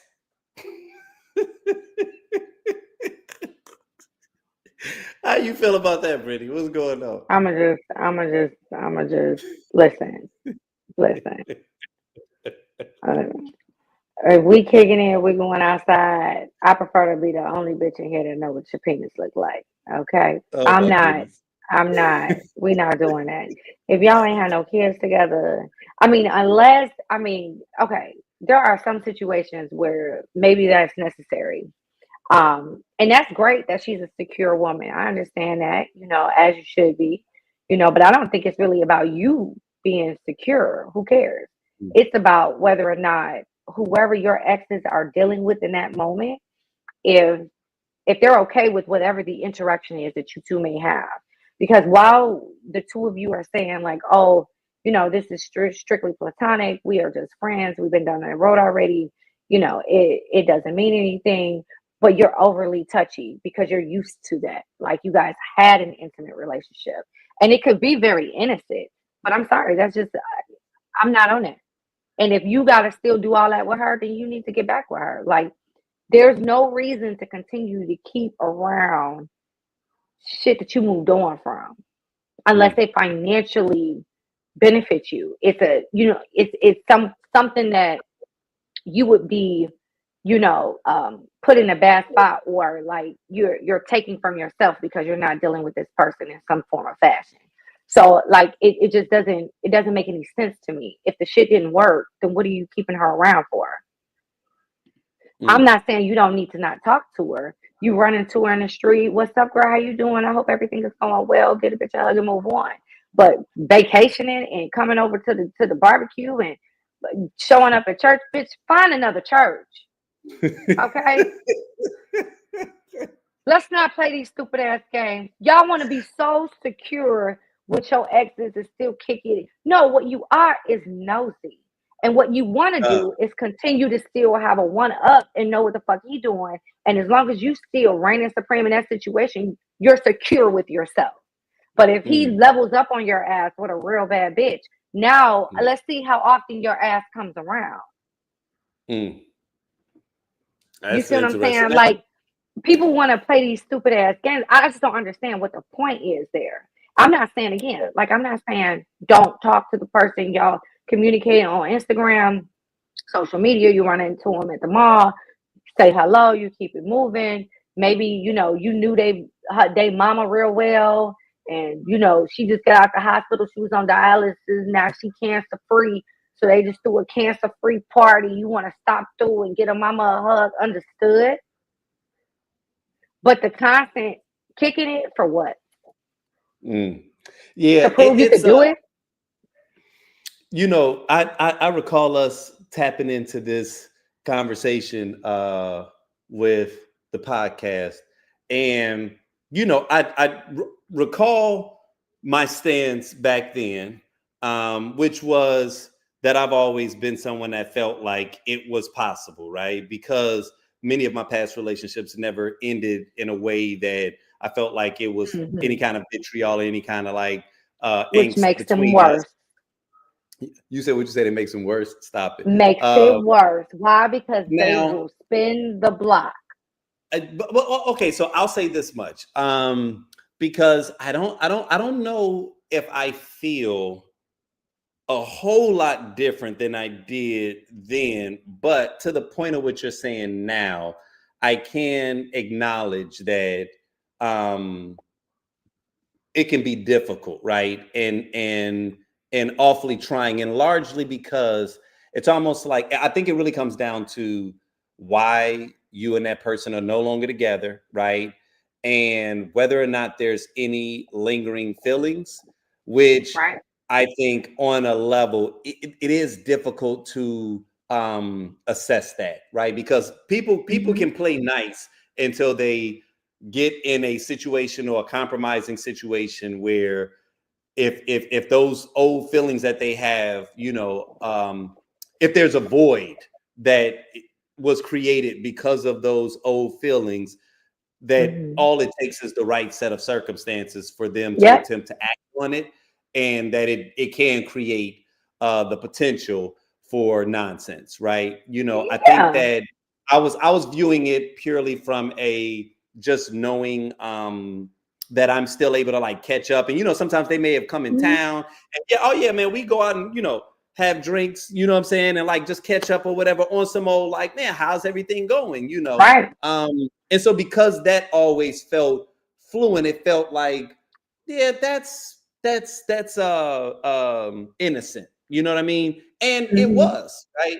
But I can acknowledge that is different from them coming in town, us catching up, having drinks, to like you the homie. You know what I'm saying? And right. Like once or twice a month, we out in them streets together or whatever. That now introduces something that's very different, that definitely creates the potential just for some chaos. You know what I'm saying? I can acknowledge some growth in that regard of saying like, I think that I always just push back because people are always so adamant where it's just like, well, what the fuck are you still, like, because it's almost like you're supposed to be beefing with them. And I think that's what I used to push back from. Oh, no, you don't have that to be I hold no beefing. angst, and I actually want to not only see them all successful, but like in a fulfilling relationship, right? Because I understand that we may not have worked out, but like I genuinely still care about them. So I do care about their happiness, you know what I'm saying? And because they've never pushed up on me like that and made it, because it never got weird with me. And I've always kind of felt like at the end of the day, women kind of really rule that space anyway, in a sense, you know what I'm saying? So if you're dealing with somebody that's got scruples and they like, nah, we're not going to cross that thing, that it was like, all right, well then we cool, you know. But then what happens Yeah. if they want to, and then they start like pushing up on you aggressive? Right. Yeah, all right, now it will make shit a little bit more complicating, you know what I'm saying? And Because then there's a now, level. man, you got to actively be stiff arming and shit, and Yeah. I ain't used to having to stiff arm chicks like that. You know what I mean? Like I'm used to having to hunt. I'm not used to having to like hit you with the Yeah. Heisman and shit. You know what I'm saying? So No, for me, just being a woman who I'm also very secure in who I am and my relationship. I'm just not no fool. You know what I'm saying? You're not gonna piss on me and tell me it's raining, bitch. It's not gonna happen. You've got a level of familiarity with him that things can get crossed. You know, there's inside jokes, there's all sorts of things that can lead back to just these small little innuendos of what you previously had before and just random conversation. What I'm saying is you're just not gonna do that shit in front of me. To me, it's disrespectful. It's like that's a part of you that has ended, so let it in. Let it in. This is new. I'm not saying you gotta hate her. I'm not saying you don't speak to her. And if you catch up with her with getting drinks and stuff with other friends and stuff like that, that's fine. What I'm saying is that constant, oh, I can just come over. I'm traveling with you and your wife. I know the kids, they ain't my kids, but they, no, we're not doing all that, girl. Go find some friends. He ain't it. He ain't it. Okay. Now, question that I have for you is, which would you prefer, right? And I'm not even talking about, well, you can give me today, but I'm also kind of curious about like, if you were, this is hypothetical, if we was in them streets by 2025 standards, which would you think is more valuable? Someone writing you a heartfelt love letter or making a public Instagram post? I need both. If you had to pick one above the other, you cheating. If you had to pick one above the other, which one do you think holds more weight? The personal note. Okay. The personal note. I am very like when I'm like into somebody, okay. I am really like sensual and really into the person. So I do a lot of that, like small little notes, small little texts here and there, and intentional about watering that grass. So getting that in for me is a lot because that's part of my love language. Like communicate like how I'm feeling, what I'm feeling at random times throughout the day. Like we probably haven't talked in a couple hours, but I'll send like a random text, like some squirt emoji or something to let them know, like you know what I mean. Like we're you're on my mind. You're on my mind. So like having that level of intimacy is important for me. So that would be more that will hold more weight for me because that takes more intention than putting up a post, which would probably just be a random shot picture that you took of me and put something, at the bottom of the photo. Whereas you waking up, rolling over, shooting me a text, something sweet, you softening up, that hard exterior to send me something sweet that holds a lot of weight. Okay. Well, ironically enough, this was a question that was posed at one of the past tequila tales, and we got some differing responses. Let me see if I can find the one of what the gentleman said, because I was actually kind of surprised at his stance as it relates to, which one he preferred. Mm-hmm. Yeah, I need you to put that on Instagram. I need you to ruin everything. Everything you got going on, any side things, situations you got going on. Go ahead and drop that on Instagram. So you're gonna ruin all that. So you're gonna know I'm here. So Yeah, that's how I'm coming. No, I take the words. I mean, I'm not an affirmation person in general anyway. So, yeah, I don't really care about words that much. I like actions. So, the Instagram, yeah, I want the world to know. I need everybody to know. Yeah, for sure. Everybody got to know. But yeah, I'm not an affirmation person, so words don't really mean a lot. But the Instagram is for the other people, the words that mean a lot to them. So that's kind of how I am. Okay. Okay. Over here. Now I wait a minute, respect wait a minute. Not to be outdone by In this. love letter. One, because you could delete the post if you mad. You got control of the post. Second, a handwritten love letter, you can go back over and over and over and read it. And just, whenever you're missing them, you can go back and open it, have it in your little binder or box. So, yeah. Anyone else?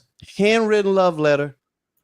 That kind of surprised me, right? Like I would have actually thought it would have been the other way around. I would have thought that the woman would have wanted the public affirmation, right? Because I know you out here with these bitches, and I want to let them know. I would have thought that would have been that, and that it would have been the woman that would have wanted. I mean, the man that would have been like, nah, just hit me with the love letter, man. Just our love is for us, okay? This ain't about the world. You know what I'm saying? I'm protecting you from the world, okay? I'm protecting my child from the world is what I'm doing, okay? So that's what I was expecting, right? But again, maybe this is some post-COVID activity, right? Where the deck has been shuffled. And now the man is the one that's like, nah, I need you to be public with this. You know what I'm saying? And the woman is like, I just want to feel in love and this, that, and the third. And I know that that's just an isolated scenario. I don't think it's a post-COVID thing. I don't think it's a post-COVID thing. I think this is just a man thing. Like, it is my opinion. And don't kill me. But it's just an opinion. I ain't out here running no study. Okay. I ain't betting no money on it. It's just an opinion that between men and women, men are the most insecure. Men have the most hesitation when taking like risk in relationships. The things that typically push men away. Maybe I've heard crazy stuff like, "Oh, you too fine. I don't need you, jumping all over my heart and out here in these streets." What are you talking about? Like, you just putting some shit in your mind because you're trying to protect yourself when in actuality, you don't have to protect yourself that way. Right. With me. Right. So it's for men. It's funny he said that because he said that it's the Instagram post for me. I'm not a big like wordsmith, like writer. So, okay, are you saying, you're saying two things. You're saying that you want her to post you, but are you willing to post her? You didn't say this was like a reciprocal thing, like, oh no, we dealing together, then we gonna post and kill everything that we got going on. It was you. That's what he said. I need her to post it and kill everybody, let the world know.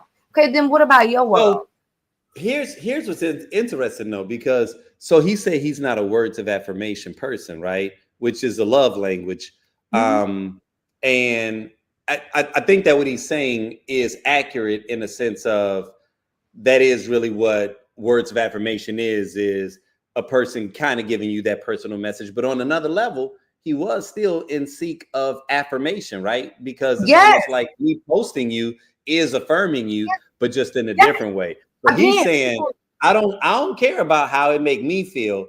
I want to know what you willing to display to the world. Now, to go a step further, and this is what I'm curious about, right? Because I'm like, that was a loaded statement in a sense of, is what he's sharing just something that's indicative of him? Or is this more indicative of like a culture shift right now because of the fact that we're in a day and age where hot girl summer is a little bit more of a real thing, right? Where like a lot of women aren't quick to want to get bagged like that. Like, women are stiff arming men. Like, if a woman want to play the field, they're going to play the field. But then also, if a woman is like, yo, I'm comfortable with being alone, they're comfortable with being alone. So like, I honestly think that it's causing a lot of men to have a bit of a crisis of conscience, right? In a sense of I don't even know what the value is that I add in your world anymore because y'all are moving very different than how you've moved in the past, right? And so that is kind of interesting. And again, like I think it's easy to just look at it from a one-dimensional perspective and make it about just his level of security or insecurity. But it's also me wondering, is this like a situation where it's an adaptation to just the way that the game is being played now, to where it's like I said, a lot of this is hearsay for me because I'm not in these streets. So I can make the assumption of how it would be for me because I know the way that I was coming into relationships up until marriage. You know what I'm saying? Like there, you know, I had a process. I had a I didn't even call it a technique because it was just who I was. Like the people that I was naturally going there with were people that I was like vibing with and kind of forming relationships with.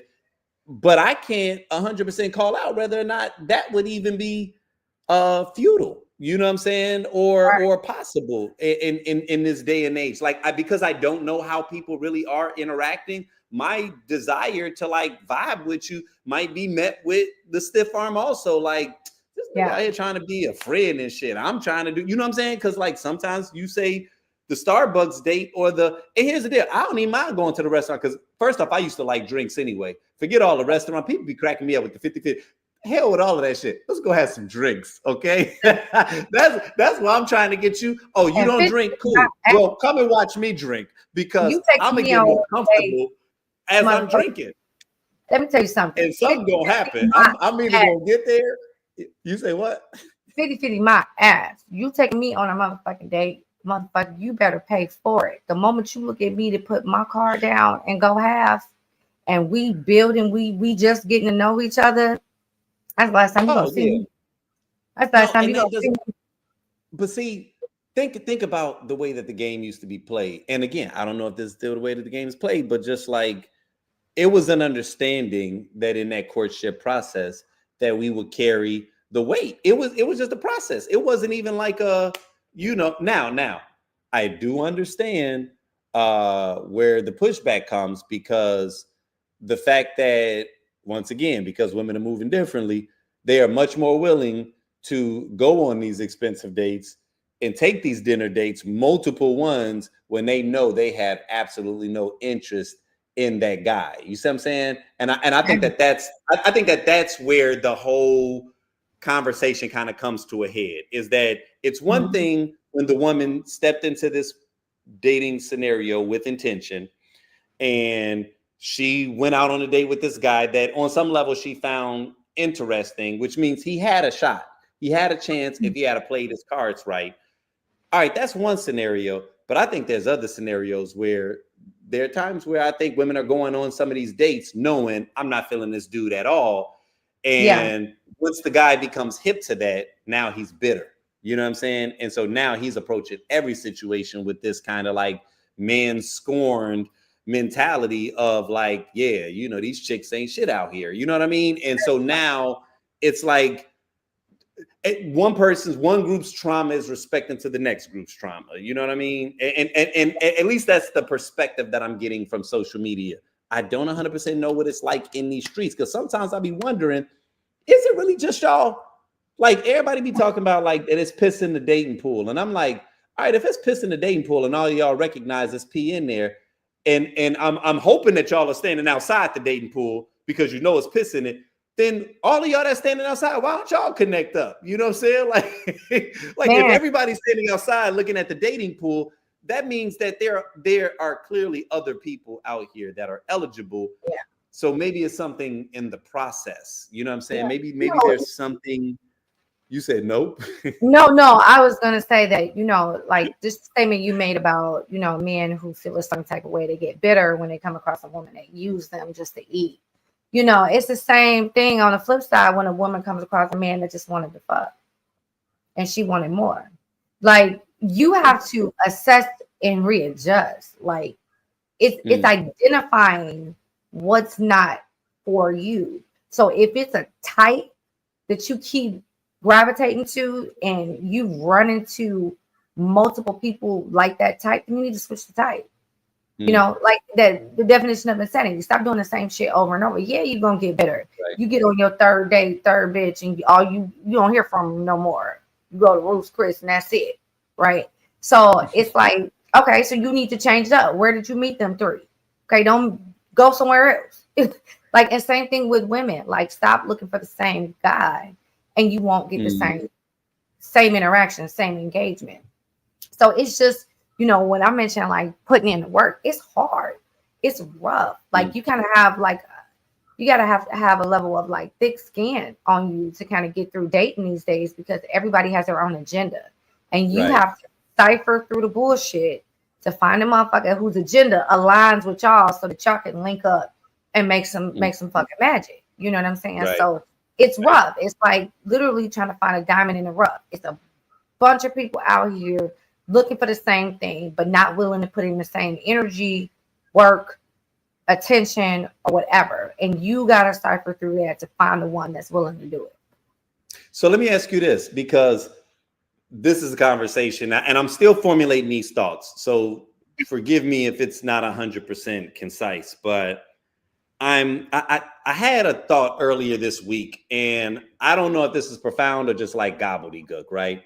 But when people even make these comments about just like how it is out here in these streets right now, and it's rough, and you know, and it'd be one thing if this were people in their 40s and 50s and 60s that were saying this, but I'm hearing it from everybody, right? Which lets me know, okay, this isn't a age thing as I'm progressing, and then the people that are in my circles, you know, we're going through 40-year-old troubles now or whatever. I'm like, nah, if everybody's saying this, then that means that this isn't a generational thing. This is the period that we're in. This is a time period thing, meaning that something is awry, and whether you're 20s, 30s, 40s, 50s, like everybody is experiencing this thing collectively, which means that, okay, this is beyond age. This is what I'm starting to question.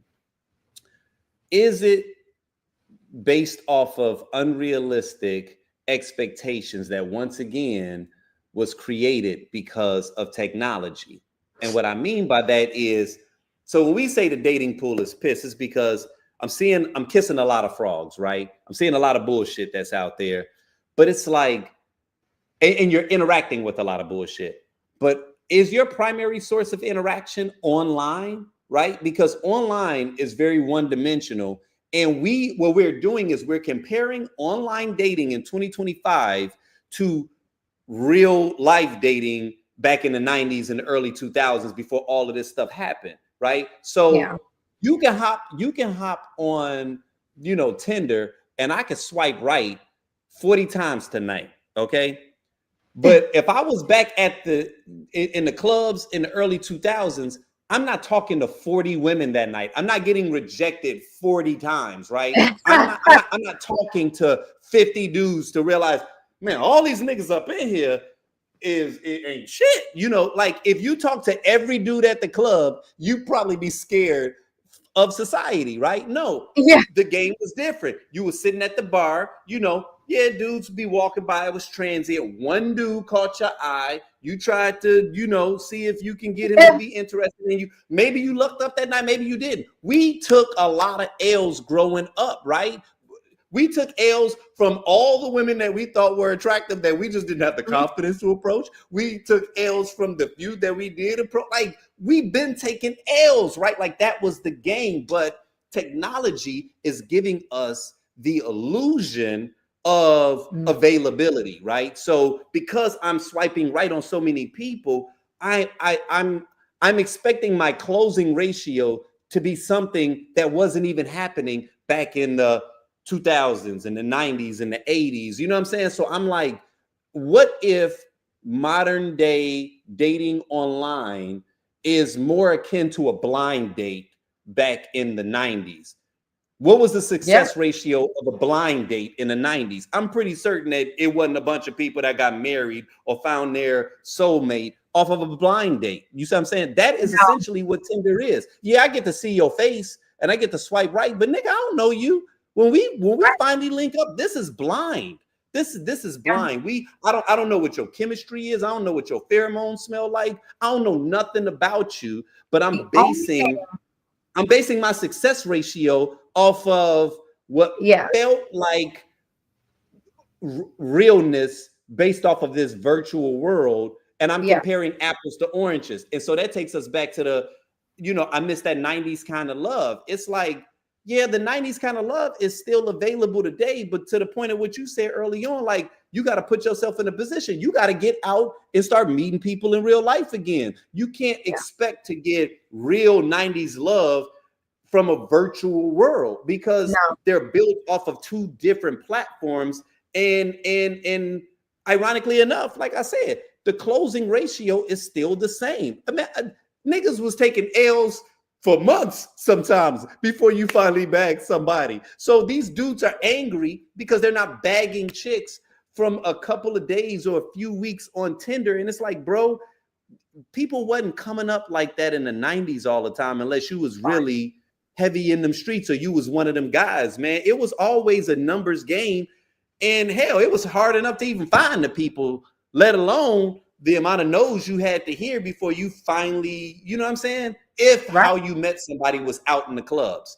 But if you met somebody at work, if you met him at church, if you met him in some kind of group where you had an opportunity to kind of get to know them, to whereas when you finally approached them, it was a warm lead, all right, that's different. Look at that closing ratio. But Tinder ain't no different from calling random chicks from the yellow pages or the white pages. It feels different because I can read your profile, but basically, that's the white pages. You ain't supposed to clean it. Dating apps do is it's a level of convenience by putting all the people in one place that are looking for another person. Now, what your intentions are and what your reasons are may be different. But all it did was take everybody that's looking for another person and put their ass in the same spot. So we did half the work for you. Now you have to add the human element. Welcome to the Hunger Games. Right. Like, you cannot take away the human element from relationships, which is communication and talking. You can't take that away. That's the only thing dating apps do. They try to work their little algorithm to match personalities so that the closing rate is a little higher. Right. But they just put those people that are looking for somebody in the same room, like in the same space. And you have to think too, if you swipe right on this motherfucker, how many other bitches swipe right? Because of the convenience that they all in the same spot.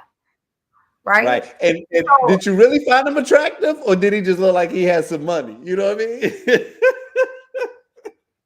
So now you got to stand out. And are you willing to put in that type of work? And that goes for both parties. So it's like, I've never like fuck with those apps. I thought I think they work. I think they work for some people. I do. I think some people really know how to work it and have found like lifelong partners on some of those sites. So I know that it has some sort of success for some folks, right? That don't have the opportunity to go to different parties and go to different meetups and network, depending on what they do. They just don't have that opportunity to put themselves in a place to meet people. So that's how the app serves a purpose. Like, I travel a lot for work. I can't get up with my girls all the time, but I need some companionship. So I have to be intentional about this, because if I'm not, then I won't ever meet nobody. So I have to find different ways of how I get myself out there. And again, using those apps, I may go through 10, 15 people before I find somebody that's worth even, continuing on to like a second date, just because you get so many options. And like you said, back in the 90s or back in the 2000s for us, when we first started going out, like, you're not going to a club and talking to everybody in the room. You're just not. And then for women, it's a little easier when you're out, because men find you. Like, they will see you, and if they're interested, which will be 100% physical, if they're interested, they will come to you. You know what I'm saying? So it's like, at that point, you have to, engage and communicate and figure out like what's up. Like, a lot of people look at those apps and think those apps are supposed to do it all, and they don't. But it's just I think that it's I can understand how the things have gotten a little bit more difficult because of the fact that there are times where the physical stuff was hitting hard and the chemistry and all that stuff was working, and that was the win-win situation. But then I think there are a lot of other situations where, or just circumstances where people were fortunate enough to have been to have shared space with someone, and attraction can grow. You know what I'm saying? And it's not even necessarily that you found the person unattractive. They just wasn't your ideal target. They was easy on the eyes, but you got an opportunity to see their personality. And then that's when the other special fireworks got a chance to play out. And I think that there is a space for that to happen in social media. What's unfortunate about what I feel has occurred in the past couple of years is just that, like I said, engagement is driven by conflict. And so the majority of the posts that we are interacting on are the ones that are polarizing us. And very seldom do we have an opportunity to just have a good time again. You know what I'm saying? Or just to seek to want to be in one another's space. And for everything, like we were saying a moment ago, if I scroll past some content and I feel compelled enough to comment, it's normally because I disagree. You don't even feel like sharing your opinion unless you disagree. It's very few cheering sessions. It's very few oh man, this is really insightful. The content doesn't even break through if it's not engaging and spicy enough to that's what it is. Elicit. Yeah. I got to get you outraged in order to even be able to break through the algorithm, because here's what's crazy, right? It's even if you follow me as just an individual, I'm single, you single, we decide we're going to follow one another.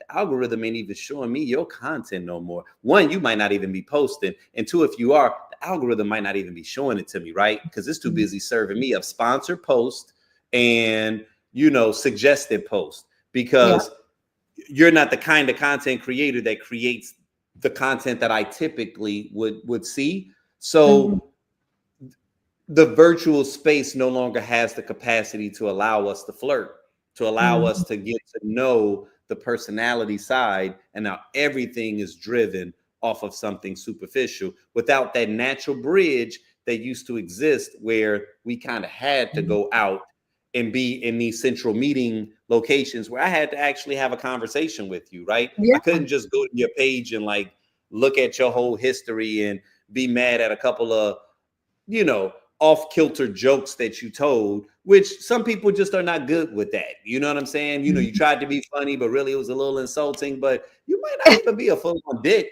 You might just not be good with that. But somebody might have been a little more forgiving in the real personal sense. But if I meet you through this virtual space, it's like going to your LinkedIn page and finding out who is the you that you decide to show the world. You know what I'm saying? And it's damn, you're actually a dick. Which sometimes it can save you, right? Sometimes it can save you a lot of heartache or whatever. So it's not always bad. But I think the flip side is we're a lot more easily triggered than we used to be. And I think that element of us not being able to show one another grace and immediately moving to strike is kind of what's creating this rift. Okay, so we're rounding the corner. I just got I'm run through these other ones. We actually been doing pretty good with getting through content, because I know how we can run. So I'm kind of impressed with us. But again, this is one that's a little bit, we in the late hours. So I'm curious to get the feedback on this right here. Okay. I've been offered to be in, open relationships before, right? Personally, to be honest with you, I think that person really loved that person. They willing to step out and allow that person to be with somebody else. That lets me know that person really loved them, because they can't please them the way they want to be pleased. So we all say, you know what, man, I do anything for my wife, I do anything for my husband, whatever they want. But are you willing to do whatever it takes to make that person happy in that relationship? You can't provide what that person looking for. So why not allow that person to be happy, but still be with you in the same token? Ain't nobody see. I like that young lady right there. She talking over there. She being real. She being open. A lot of people ain't being real and being transparent and being honest about the situation when you're in a relationship. Like she said, everybody you were the person. That person can't make you happy on every level. You got to be willing to tap into a different source if you guys are open in that relationship to allow that. So I think that's very important. Okay. Thoughts? Now, to summarize it, he basically saying that people that are in open relationships, he thinks that that's a higher form of love, is basically what he's saying, right? Like maybe your man can't please you the way that you desire to be pleased, right? So in that situation, you know, like, does he have a point? You know what I'm saying? Like, is it a higher, more selfless form of love where you can say to yourself, I either cannot please this person, or he can't please me. We need to be able to move forward. Like, but I love them. They love me. You know what I'm saying? Like, what do you think about that? Do you think that is an expression of a higher form of love? Like, this was on the minds and in thoughts of every fuckboy across the globe. Okay. There is no fucking way. You know, I've said before, you know, with Tequila Tales, you know, people, you know, those that try to like play down sex and intimacy as if it's not the only, it's not a deal breaker in relationships, but it really is.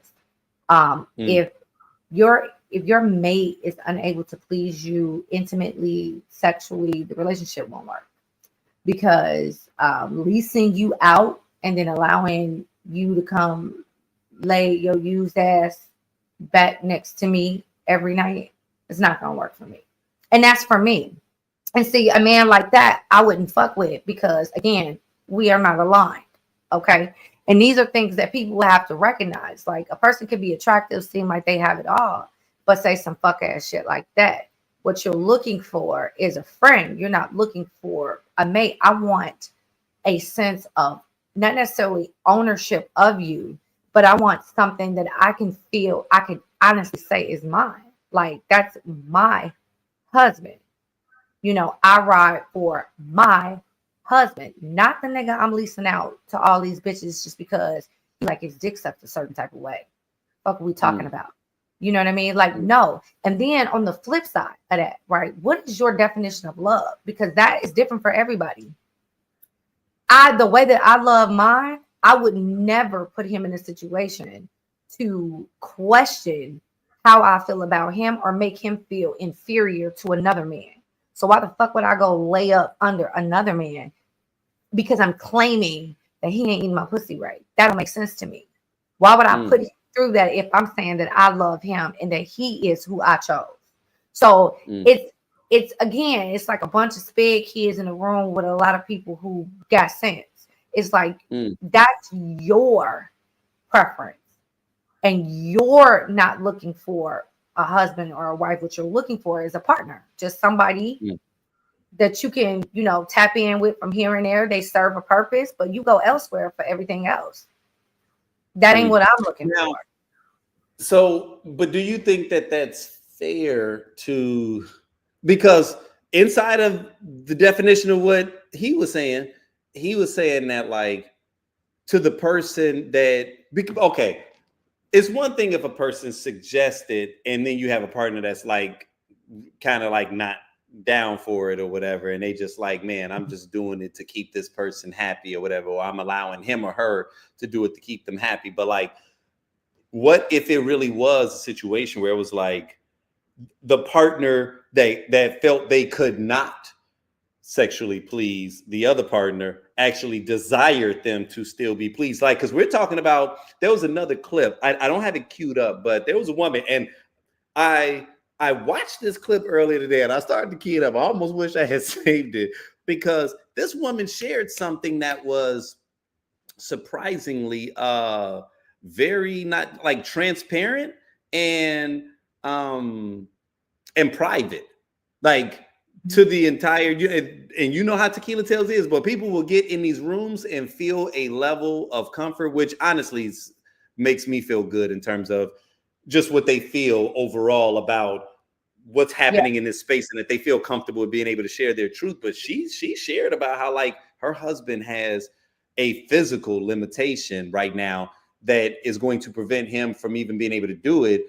And then she even went on to say, but even as I go further into it, I don't even know if our libidos ever really aligned. And this was probably a conversation that we really should have had prior to us, you know, getting married. But like in being here, like all my girls are like, girl, how you think you're gonna be able to fuck with this dude knowing that you need to have it multiple times a day, right? So on a level, they were clearly misaligned in that regard. But I think that where I was keying into was just the fact that, you know, as we get older, everybody's equipment don't work the same. You know what I'm saying? Right. Like, and you know, sometimes you can get the little blue pills, but then other times that might not be enough for a person. So if it's not, and they just physically cannot do it, and the guy is like, but you know what? I can't do it, but it don't really bother me from an ego perspective. Like, I kind of want you to get your rocks off, but we just have, but like not just random, like you out here like a streetwalker, you know what I'm saying? Like there's a system to it, right? Like, you know, that you have a like a partner. It's an entanglement of some sort, right? Like to use the old school terminology, right? Like, you know, so I'm saying what happens when it's the person who would be the one that is with the partners that's having the extramarital or extra relationship affair, that's permitting it because of their understanding that they may not be in a space to please you themselves. You know what I'm saying? Like you don't see that on any level as a potential solution. You don't think that's possible?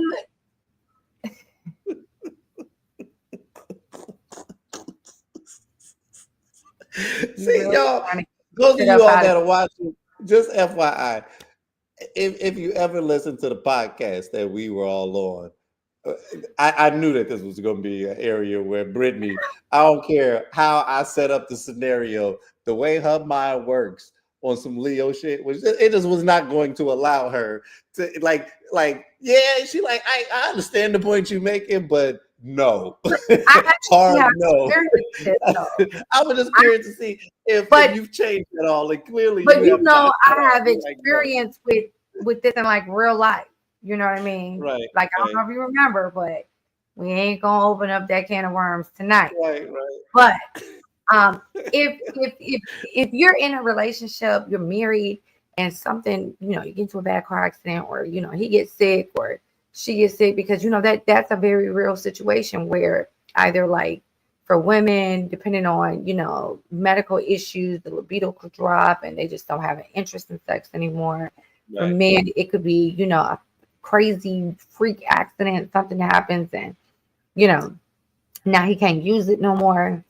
You know, I'm just very old school with this. You know, I think that I give mad grace to the situation if something's happened, and now it's my job as a partner to figure out how to, you know, help him, help our situation, and help not only everyone, you know, the two of us, everyone's pleased, but at the end of the day, everyone still feels like a priority and still feels important. You know, I haven't been in that situation before, so I don't know how I would react, but I just know like if for my husband, like I know going into it, it wouldn't be, the first thought wouldn't be, oh, I gotta find me somebody that can pick up his slack.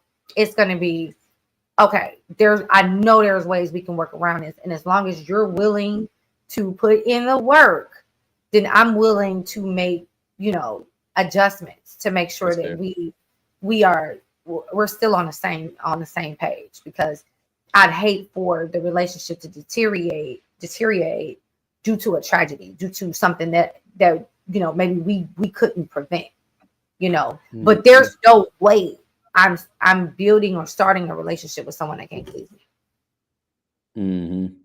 Okay. Now we already in it, like I said, and something happens, he gets sick, I get sick, I would expect him to be by my side and to be understanding and compassionate and not attempt to have a conversation with me about whatever bitch he's gonna fuck with, because I'm not able to do that for him. Like, are you kidding me? Right? Like, it's supposed to be sickness and health, bitch, and we're in the sickness part. So, like, how you just start bringing in somebody else? And again, like, I'm not knocking it for people who that works for them. Again, communication. Like, when you are starting your relationship, these are things that you need to put on the table. Like, you got herpes, you like open relationships. These are big things that need to be communicated immediately. That's a very specific list. I'm just You got saying. herpes or do you like open relationships? It's got to be one or the other. Okay? You know right away. Everybody falls in one of these two compartments. Okay, I'm just saying. I'm just saying. That's some shit you don't sit on. You know what I'm saying? You gotta tell me. You said these aren't. You're basically saying these aren't the things that need to be a surprise. You know what I mean? Like, this stuff that needs to be put out on the table. I need to know that you like to no swing. guesswork. You looking for an open relationship. You like boys, whatever. Now, I'll say this much. Overall, I feel where you're coming, but if we keeping it a buck, got I feel like, yes, these are things that need to be said probably before you go to that next level, but they don't need to be said off the rip though. Like that ain't first, second. It ain't one. You sit down at the table. So I have type 2 herpes. What is it? How do they even say it? No, herpes, can't do that. Can't do that. Can't do that. And here's the deal. I'm all down for truth and honesty, but I also want to set people up for success. You know what I mean? If you lead with that, oh my goodness, man. Like, because at that point, like, I don't know if there's a level of love that can be had. There is no love right there. It's not. So the person gonna move on. Like, you've just pretty much killed any opportunity of the future. So you want me to fall in love with you first before you tell me you got herpes? Yes. Yeah. No. That's without question. And listen, I'm not advocating it. I'm just saying I cannot imagine a person that has it. Like, I'm just gonna openly tell a person this, and I'm telling you that now. Would I want someone to tell me that? Like, yeah, I would. And would I judge them? Absolutely, I would. Right? So that's why I'm like, man, you better bait that hook a little. you better put some technique. Because off the top, no, I'm not. I ain't just diving in for that responsibility. You know what I mean? And then that's just sitting in the back of your mind. Not even in the back of your mind. It's at the top of your mind, because you just made that first date conversation. Oh man, I'm be like, ugh. You know what I'm saying? now we really going 50-50 on this day. No, let me stop. Okay, final clip. Okay. And what's fun about this is you are actually in this clip. Okay, so this is, I know, right? I know. And you sit here like, man, we ain't going. Oh no, don't even say that, because you're gonna crack up when you see which one it is. For several months, everything was going great. I was super happy. And I told him I was pregnant. I thought this was gonna be good news. Turns out I'm the side piece. Turns out the apartment that he had was an Airbnb. He kept taking me to the same Airbnb. The girl he lived with, she paid for his car. She was paying his rent. That's how he had all this money to take me out on these nice dates and get this Airbnb. So when I got pregnant and he left me, I found her on Facebook and told her, and she kicked him out, and he asked if he could live with me. So if you don't look deep, that's why. And guess what? When we were dating, I asked all these questions. I didn't get a transparent answer. So you have to educate yourself. You can't depend on other people to tell you the truth.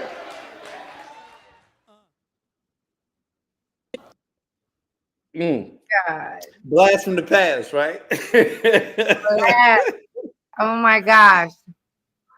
You know what? That was always a fun one for me because even in an Airbnb, you couldn't tell it was an Airbnb. Ain't no Mm, pictures, ain't nothing personal. mm-mm, All y'all doing is fucking. mm-hmm. Like Yeah, you got up one morning wanted to make breakfast. I bet you he ain't have a pot. You had to buy some shit from Walmart and you just chalked it up to him being a man. Like, oh y'all, so you're such a man. You're such a man. right. You know what? You know what, Brittany? I never considered that. I never considered something so simple. Now, with it being an Airbnb, maybe they had pots and pans, right? And plates already. Maybe it was one of them like real lived in Airbnbs. But They it's had the to have it. decoration, it's the decor, it's the accent pieces that I noticed ain't your place. Mm-hmm. Like, you know what I mean? Like Yeah.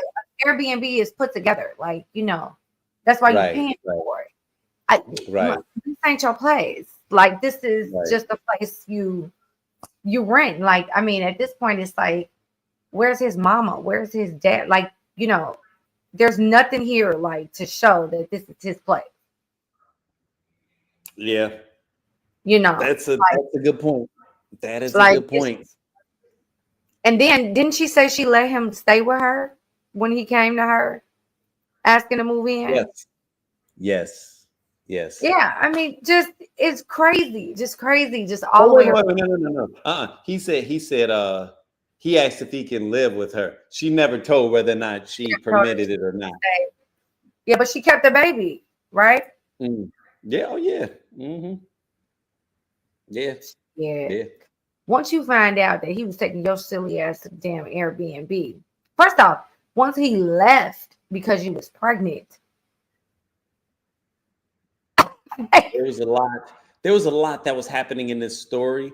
I think that what was fascinating, because it was from the event that we did. I want to say it might have been like 2019, right? Like 20 or 2018, 2019. I think it might have been 2019. Um, and we're obviously still on social media. We've got content flowing, but it wasn't quite as aggressive as things are now, right? Yeah, Like us with Cooler Tales, we were kind of first, like on the block in the yeah, early stages, where it was almost like, okay, we knew that this space was entertaining. I was fascinated by people's like willingness to kind of just like share real life stories that I found engaging, some poignant, some bizarre. And even in hearing that situation, she delivered it with such gusto and personality that it was just like, okay, this is content. It was content before we were calling content content. I just yeah, knew that this is key. But what was fascinating was watching the comments early on roll in, because it was a lot of people thanking her for sharing that, because I think it was one of the first times that people were kind of getting the heads up of how deep the game really was. You know what I'm saying? I think we take for granted that everybody wasn't getting access to information. You know what I'm saying? And that's one of the things that I think about. Like now, I was talking with Krishan maybe about a week or two ago, and I was saying something about like one of these conversations where you kind of feel like whatever it is that we're experiencing is a byproduct of something that's new, that's brought about because of this modern world. And she was like, nah, like some of this stuff has been going on for a long time. She's like, it's always been lame dudes. It's always been corny dudes. As right. women, we've always, gathered and share war stories. And yeah, girl, I don't think I'm gonna be dating him no more. She's like, you guys are just now getting access to it. You know what I'm saying? And when she Yeah, said that, I think that that's what kind of set me on this path now, where I'm starting to challenge the feelings that we have, not the feelings, because the feelings are real in the sense of if you feel that way, regardless of whether or not it's true or false, it's gonna be real to you. But I'm challenging the notions that we are holding up as like fact, because I'm like, but maybe not though, right? Like maybe not. Maybe that old world, that old energy it still exists. Maybe a lot of the things that we were or that we are concerned about today, if we are very honest, you know, and I'm talking about the first conversation we had, you know, as it relates to just this political space that we're in, you know what I'm saying? If we're very honest, why are we shocked, right? Like when we look at the very colored history that we've had, especially as Black people in America, we ain't never had no, you know, easy walk. It ain't never been no crystal stair for our people, right?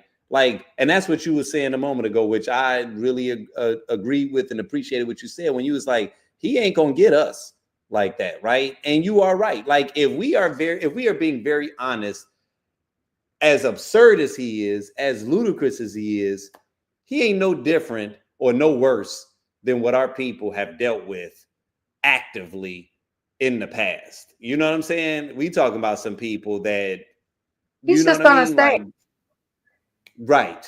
And I think it's shocking us to see it in 2025 and see how many people are kind of like sliding back into it, because it feels like such an aggressive reversal of the direction that we were heading in. And we know that on a level it was the pendulum swinging back, but I think it's just a little fearful on a moment, because it's like some of the questions that we're having right now and some of the arguments or the frustrations that we're feeling is in part by we didn't imagine ourselves being here. It's like some of this shit sound like some 1960s type flow. And how are we here in 2025? You know what I'm saying? And you all are saying it openly and standing on it. And I can't tell if you are performing and you really feel this way, or if this is just, have you always felt this way?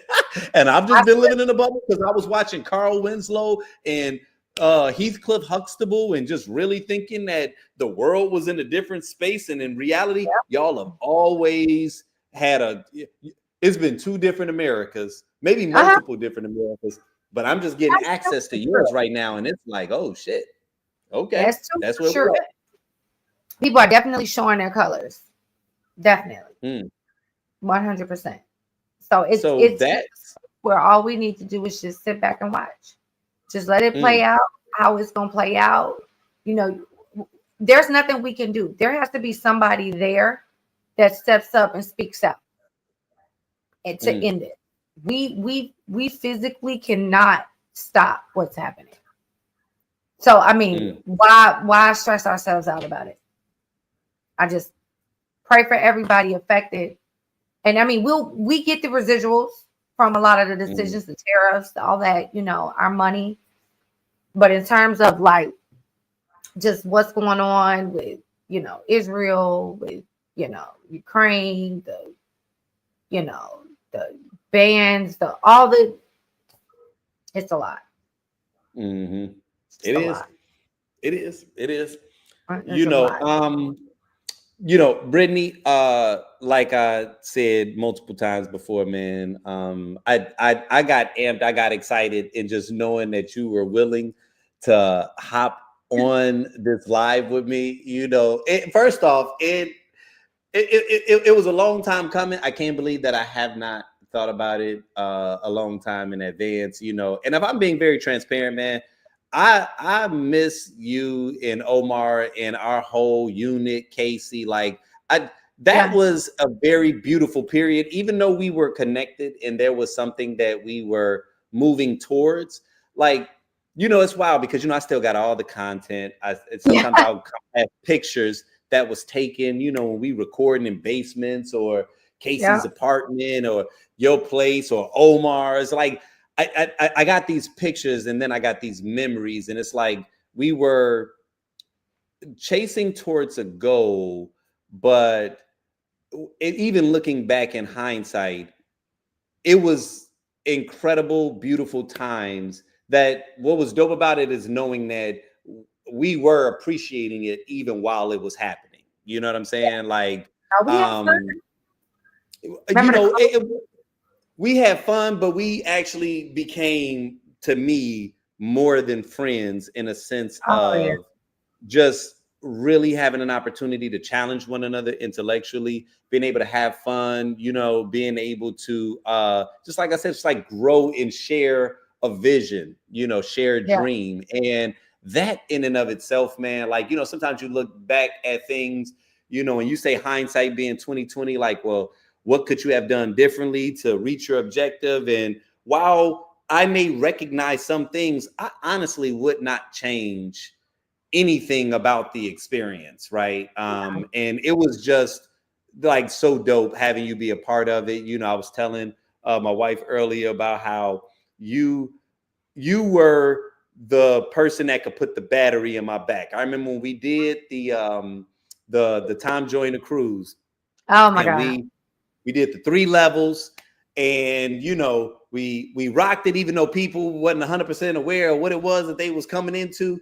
And I remember both Jessica and Casey was a little hesitant or whatever, and me and you was amped afterwards, man, like wire, like, yo, we just killed that shit. And it was like, I've always appreciated that, you know, about you, in terms of just you being the consummate supporter, the consummate cheerleader, the consummate ride or die, you know, friend. And you're just an incredible person, man. And I knew that even inside of this discussion that it was going to be dope, because one thing that you're going to do is you are going to share your truth. There ain't a fake bone in your body, man. Like, you know, you, even if you try to be fake, the If real I you try is to going lie, to come you'll out. know I'm lying. Like, but you know what, too? Like, with like growth, you know, you do change as a person. And Yep. I have been in enough situations, just life, right? Just living life and trying to accomplish this goal, that goal, or whatever. And I've been in enough situations where I've either been, you know, uncomfortable. I've either felt, you know, like there was something up. And just every time that I think about, you know, like how I got there and, you know, what excited those feelings, it was because I'm compromising myself in some way. I'm doing something that I really didn't want to do. Like, I either truly don't agree with it. I'm like dumbing myself down for whatever this situation is. So it's like I've kind of made a decision, like, you know, moving forward, just as a tax-paying citizen, you know, I'm going to make it a point to speak up. I'm going to make it a point to make sure that I don't compromise just my well-being, right? For the sake of whatever the situation is nothing's greater than my sanity. So it's gotten to a point where it's like, you know, how do I find, you know, it's because even in communicating, I find myself to be, you know, a well-rounded people person. There's usually not a person that I meet that, you know, that don't like me or can't engage with me. Usually that's very easy for me to do. So even in with just being like honest and being straightforward, especially when you get into like politics and religion, it's like, how do you set that boundary to say, you know what, this isn't really a conversation for me because I can see we're not on the same page. So to respect that, respect you, your belief and all that, I'm just gonna remove myself. I just leave, you know. So it's just finding that way to still keep the respect, but yet not compromising, you know, yourself and your mentality, because people will take advantage and act like you're crazy because you were affected by it a certain way. So it's just I've been through enough situations where it's like, you know, I just prefer not to. I just rather be as honest as I can. Right. So, Brittney, I want you to share any final thoughts that you may have before I wrap. Well, I just want to say, you know, you're gonna do what you do best, and that's this. So this just tickled my soul when you reached out to let me know that this is what you were doing for, you know, blackdoctor.org, and you know, you wanted me to join you on one of your episodes. I looked at my husband and I said, you know, I don't and I love it. I love it. You know, I've always enjoyed our conversations and just our, you know, collaboration, and able to disagree, right? But find a way to laugh about it, find a way to joke about it, like, you know, find a way to get something out of the stance, the opinion. You know, we may disagree, but I understand you. I understand where you're coming from. I understand, you know, what you're saying. Like, it's not it's not a situation where, one person just has to be right. So that respect is there, that, understanding of each other, and just, what everybody brings to the table and what everybody can contribute. Like there are so many things that I look forward to in a conversation with you, and then also with Casey and with Omar. Those conversations have always been just so fulfilling for me.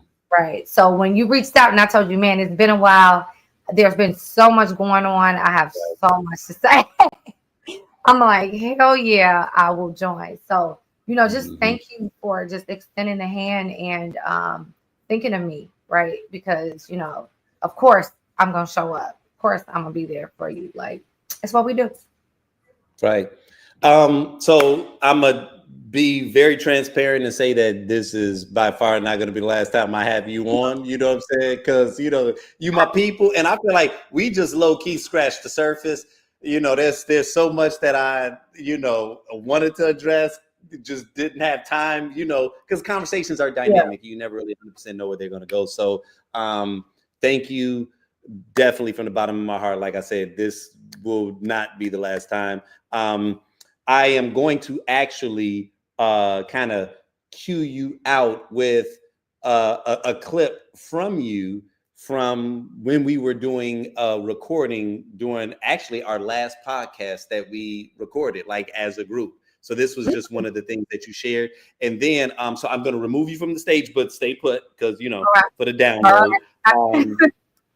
And then I am going to rap after this particular clip. But once again, though, Brittney, it without question has been, an absolute pleasure. And, man, you are just, like I said, one of the most incredible people that I've known. And yeah, that being said, here is a memory from Brittney. Oh, Lord. I like about our shows is the vulnerability that our patrons trust us to explore. You have a room full of people that majority of the folks don't know each other, like from the fact that I'm sitting next to you. And the way that the conversation can go can make you feel so safe in a space where you're willing to disclose just exactly what you're going through and what's happening, even with the person sitting right next to you. So I want to say my most favorite / shocking, I want to count this as my number one for both areas, actually, moment is when we had the young lady stand up and actually ask us a question about, okay, y'all. She's like, all right, y'all, I got a question. So I got a key to his house, and we've been like off and on. I don't live with him, but I got a key to his house, and we've been off and on. Like, how long should I be dealing with this? Now, this man is sitting right next to her. Now, we hold this conversation, everybody chiming in, everybody giving their 2 cents. You know how your people do. Mm-hmm. Girl, if it was me, and we talking as if this man is not sitting right here. He eventually chimes in, but at the end of the show, unfortunately, they left at different times. Okay?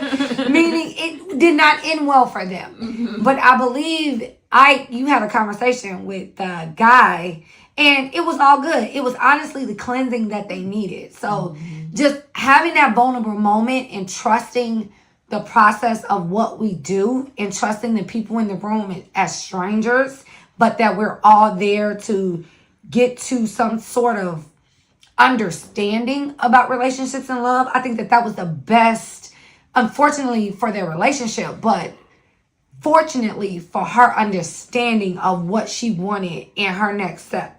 Right. Mm-hmm. So I think that was the most shocking and my most awesome moment of, and we were in the basement when that happened. We were in the basement when that happened.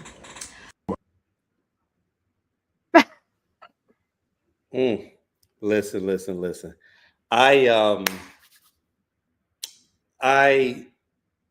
got a lot to say, but I'm gonna actually keep this kind of brief. Where do I want to begin this? Because the journey has been special thus far, and one of the conversations, one of the words that I've been using a lot lately is surrender. And I think I'm in a state of surrender.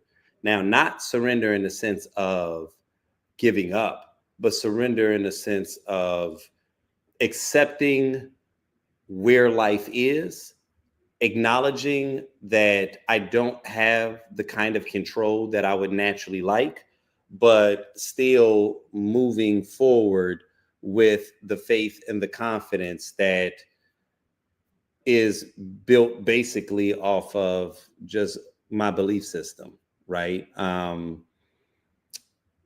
One thing that I am trying to be a little bit more transparent about, however, is just not only who I am, but kind of sharing my voice. You know, I call myself the Warren Buffett of relationships. And I do that because me and Warren Buffett share the same birthday and the same rising sign, moon. You know, the only thing that separates he and I between, you know, about 40, 50 years and maybe about 200 or so $billion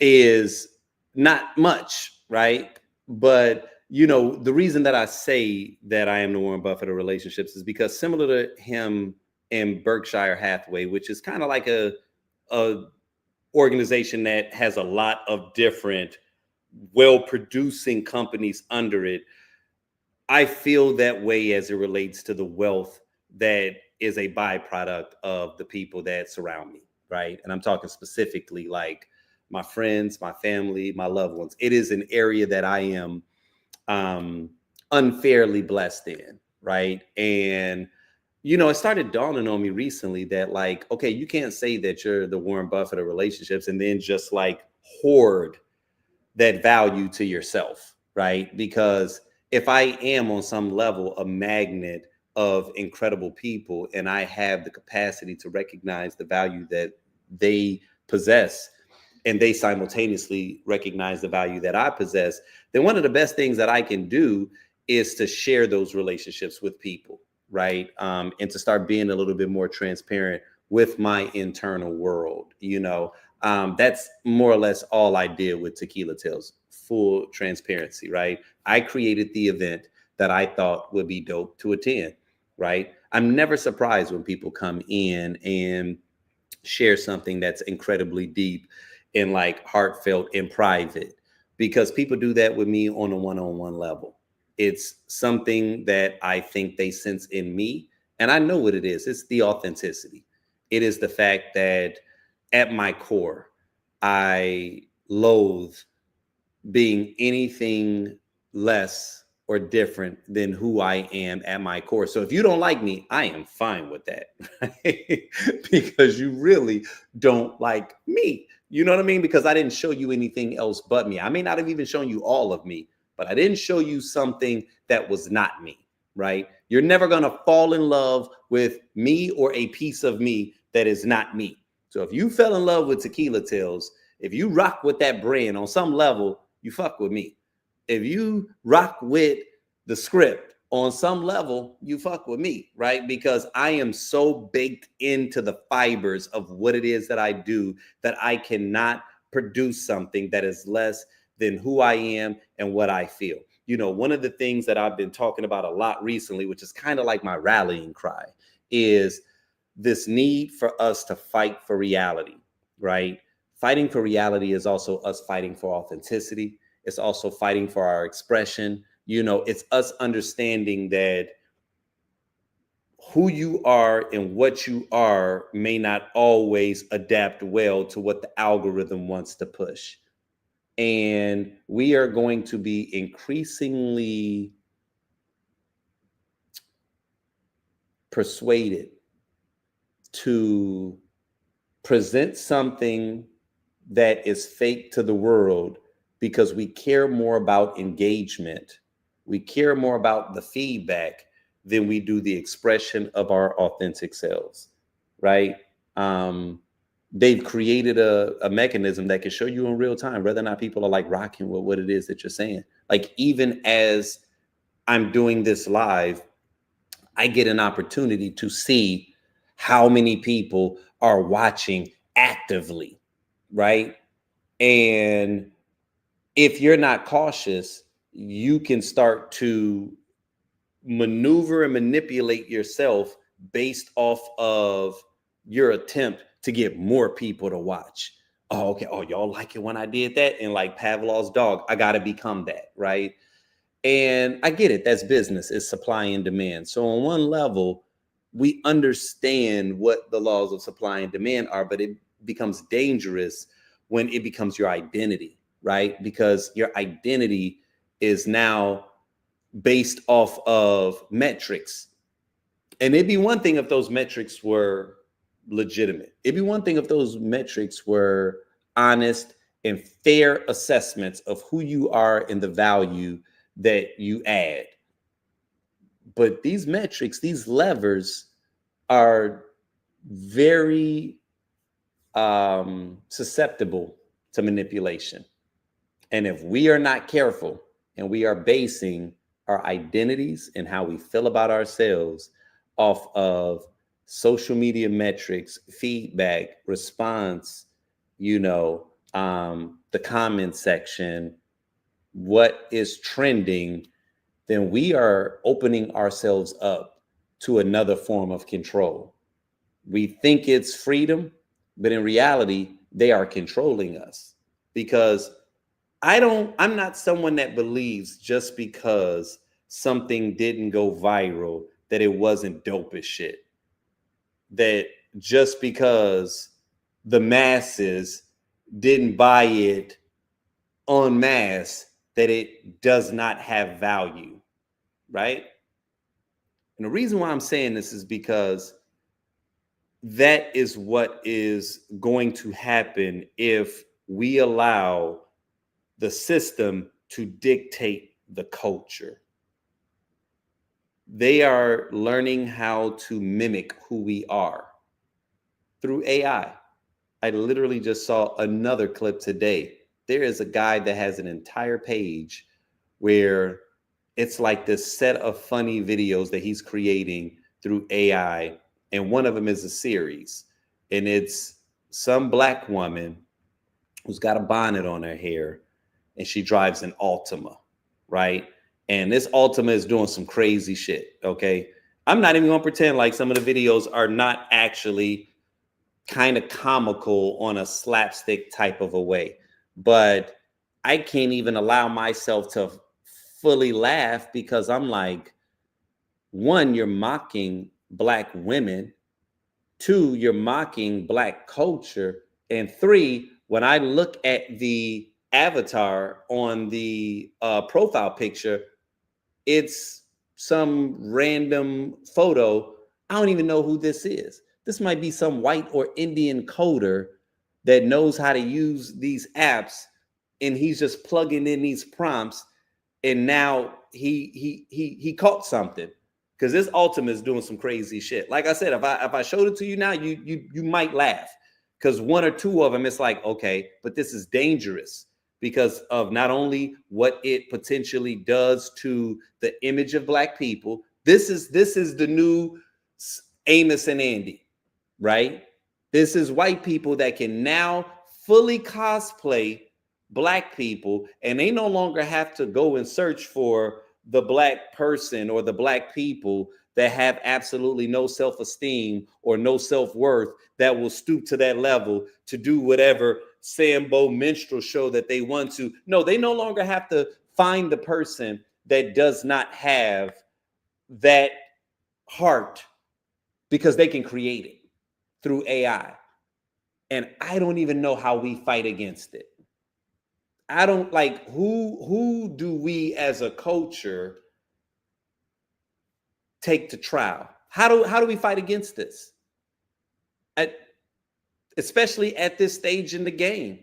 People are going to be too busy laughing at it. They're not even going to recognize the effects of it until 5-10 years down the line when we are continuing as a culture, as a people, as a race to be treated like shit. And we're trying to figure out why. And it's because of this very deliberate attack that is being put out to minimize who we are under the guise of it's just content. Oh, you guys Y'all don't know how to take a joke. Okay, it's because it ain't funny, right? Like at the end of the day, it's because this joke comes with real life consequences. It's what they've been doing since the beginning of time, when they would lead the top of the hour on the news with the death and destruction and all the robberies that have occurred. Like when you really just think about that, and one of the things that people will tell you now, they'll have this new statistic of how many people, you know, that got arrested were Black people. And it's like, okay, you've used that data in a playful way, but how many people got pulled over, right? Like, do you have that data point? Do we know how many people got a slap on the wrist? Do we know how many people got pulled over and the officer looked like the assailant and they just kind of let them slide? You know, no. So you can't give me the one data point of how many people actually got convicted or arrested, because what that says is that I have to believe that I can put all police officers on an honor system, that everybody that they pulled over that really was guilty, they actually brought in. So I'm just supposed to believe that one sector of society just does nothing wrong, right? And it's like, yeah, they do, but that's not what's being shown. You see what I'm saying? And so they've been doing this for a while. Even if you took the amount of people that get arrested that are in jail, that still represents a very small portion of the 30 million Black people that live in America. So yeah, if you say, yeah, the majority of the criminals in jail are Black people, okay, yeah, but that's still like less than 1% of the population. Why are 100% of us being treated like criminals then? You know what I mean? So I'm not here to go off the deep end on that regard. I'm just here to say how the actions of 1% can influence how the majority sees all of us, and we all have to suffer the result of how you perceive the actions of less than 1%. So I'm saying that to say that we're stepping into this AI space, and they now have the capacity to create their own content in our image, right? Completely eliminating us from the equation. You know what I mean? It's not to be an alarmist. It's just to say that, like, man, if we are not fighting for this reality, man, if we are not pushing back, you know what I'm saying? Then this is what the next stage of discrimination looks like. This is what the next stage of Jim Crow looks like. But just this is going to be our fight. This is going to be our generation's fight. And the entire way that it's happening, they're going to minimize it and make it seem like, oh, these are just jokes. And I'm going to challenge y'all to not find this shit funny. You know what I'm saying? And to push back. You know, I know that it's uncomfortable sometimes talking about it. You know what I'm saying? Like I've grown, I've evolved, I've released some of the rage, but the anger, the fire still burns, man. And I just, you know, I want people to be able to live life, man, but I do not want us to live with the wool pulled over our eyes, because it's not going to go away on its own, right? And it becomes important that we know the tools that they're going to use, because there's no way that we can block it. There's no way that we can safeguard ourselves against it, you know, if we are not aware of what it is. You know what I'm saying? So, you know, I talk about a lot about circling the wagons, man, and we'll continue to talk about that, man. We're going to continue to build community. And one of the things that I suggested last week, and I'm going to continue to suggest it, man, is that you continue to stay tapped in to those people that are providing you value, that are sharing content that you feel has value and that you feel is important, right? Because the algorithm isn't going to always serve it to you. So we have to be intentional. Our community, it is literally going to be the only thing that allows us to navigate our way through this next phase. You cannot rely on your news feed. I don't care if you follow that person, right? If that person is adding value to you, man, you better make it a point to take the responsibility to stay tapped in. Because if they ever want to kill a message, If they ever want to turn down the volume on something that people are trying to share, oh, they have the capacity to do it. This algorithm is not blind. You know what I mean? It's you know, we try to pretend like, oh, it's AI, it's machine learning, and it's, you know, a large language model. You use all these fancy things to pretend like they don't have the ability to press their finger on the scale, and I know they do. I know they do, right? You can act like, oh, Grok is checking Elon. That's a false sense of security that they're trying to give us right now, into believing that, oh man, Grok says it. Remember, it checked Elon, so it must be kind of open and you know, fair and balanced, and then it lures you into a false sense of security, into believing that you can just trust what AI is telling you, and that it ain't somebody behind it, you know, the grand wizard that's typing in things from behind the curtain, manipulating you, right? Yeah, all right. And maybe that's a conspiracy theorist to me, you know what I'm saying? But because I see the numbers on the back end and I see what's taking off, I'm like, yeah, if something's important to you, man, you gotta stay tapped in. You gotta stay tapped in, you know, and not just tapped in, but offering yourself up to figure out how you can make it bigger, right? And from an honest and transparent space, that's one of the spaces that I'm in. If what I'm doing and what I'm going to continue to do, you rocking with, I got two asks. One, that you remain tapped in, and two, that you help me spread the word, that you help me grow this thing, right? Because this is the new media, right? And especially when you're doing a live, the algorithm is not going to push me. The algorithm ain't going to be like, oh man, he talking that woke shit. Yeah, this is what the people need. It's not going to happen. It's not going to happen unless the people that rock with it are the ones that's bringing other people in, right? So I can see the numbers, you know, and they be looking decent, you know, but yeah, I need y'all to share it. You know what I'm saying? I need y'all to stay tapped into Tequila Tales, right? Like if there's content that you see that you feeling, you know, don't just like it, share it, right? Like, and I'm just being transparent. It is literally the only way to work against the system, because, oh, I can tickle the algorithm if I want to, but it's going to be doing some shit that I'm not going to be proud of. You know what I mean? It's, you know, I get it, right? I know the way the system works, and it only works by us circling these wagons and bringing more people in. You know what I'm saying? So that being said, man, it continues to be a pleasure. Yeah, man, next week, I'll more than likely have another guest, man. Like I said, I'm going to keep lining up, man. Some dope people. I hope that you enjoyed it. You know, man, if you ever want to be featured on the script, right? If you want to pull up and you want to be a part of this conversation, right? Like, send me an email. You know what I'm saying? Like, I'm available on all of the social media channels. Send a direct message, whichever one is easy for you. I ain't gonna give you no elongated email address. You know what I'm saying? Go to the Tequila Tales, any one of the platforms, send a direct message, and it's gonna get to me. I love to have you on, you know, and we can build, right? For those of you all that want to be, you know, remain tapped in. Hold on one second while I go ahead and pull this up.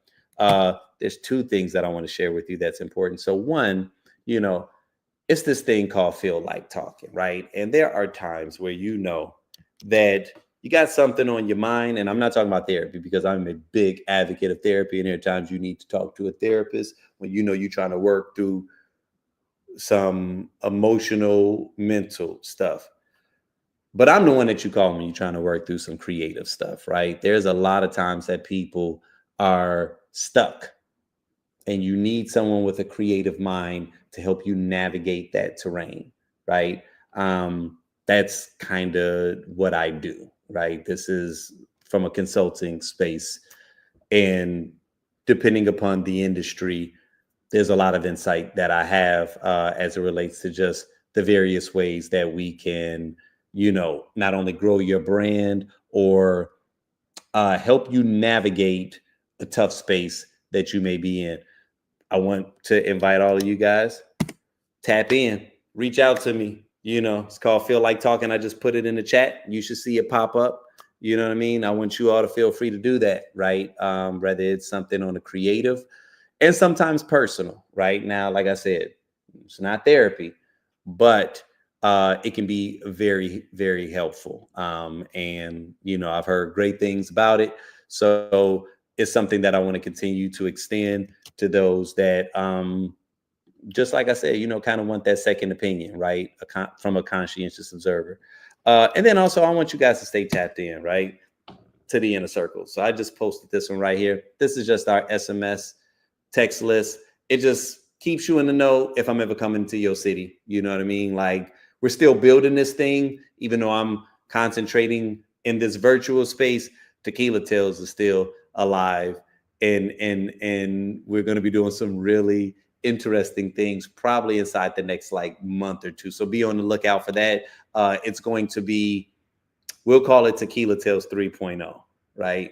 Because the live show is coming back, but it's going to have a different flair. It's going to look a little different, right? So I love to have all you guys still tapped in, but man, it continues to be a pleasure, and until the next time.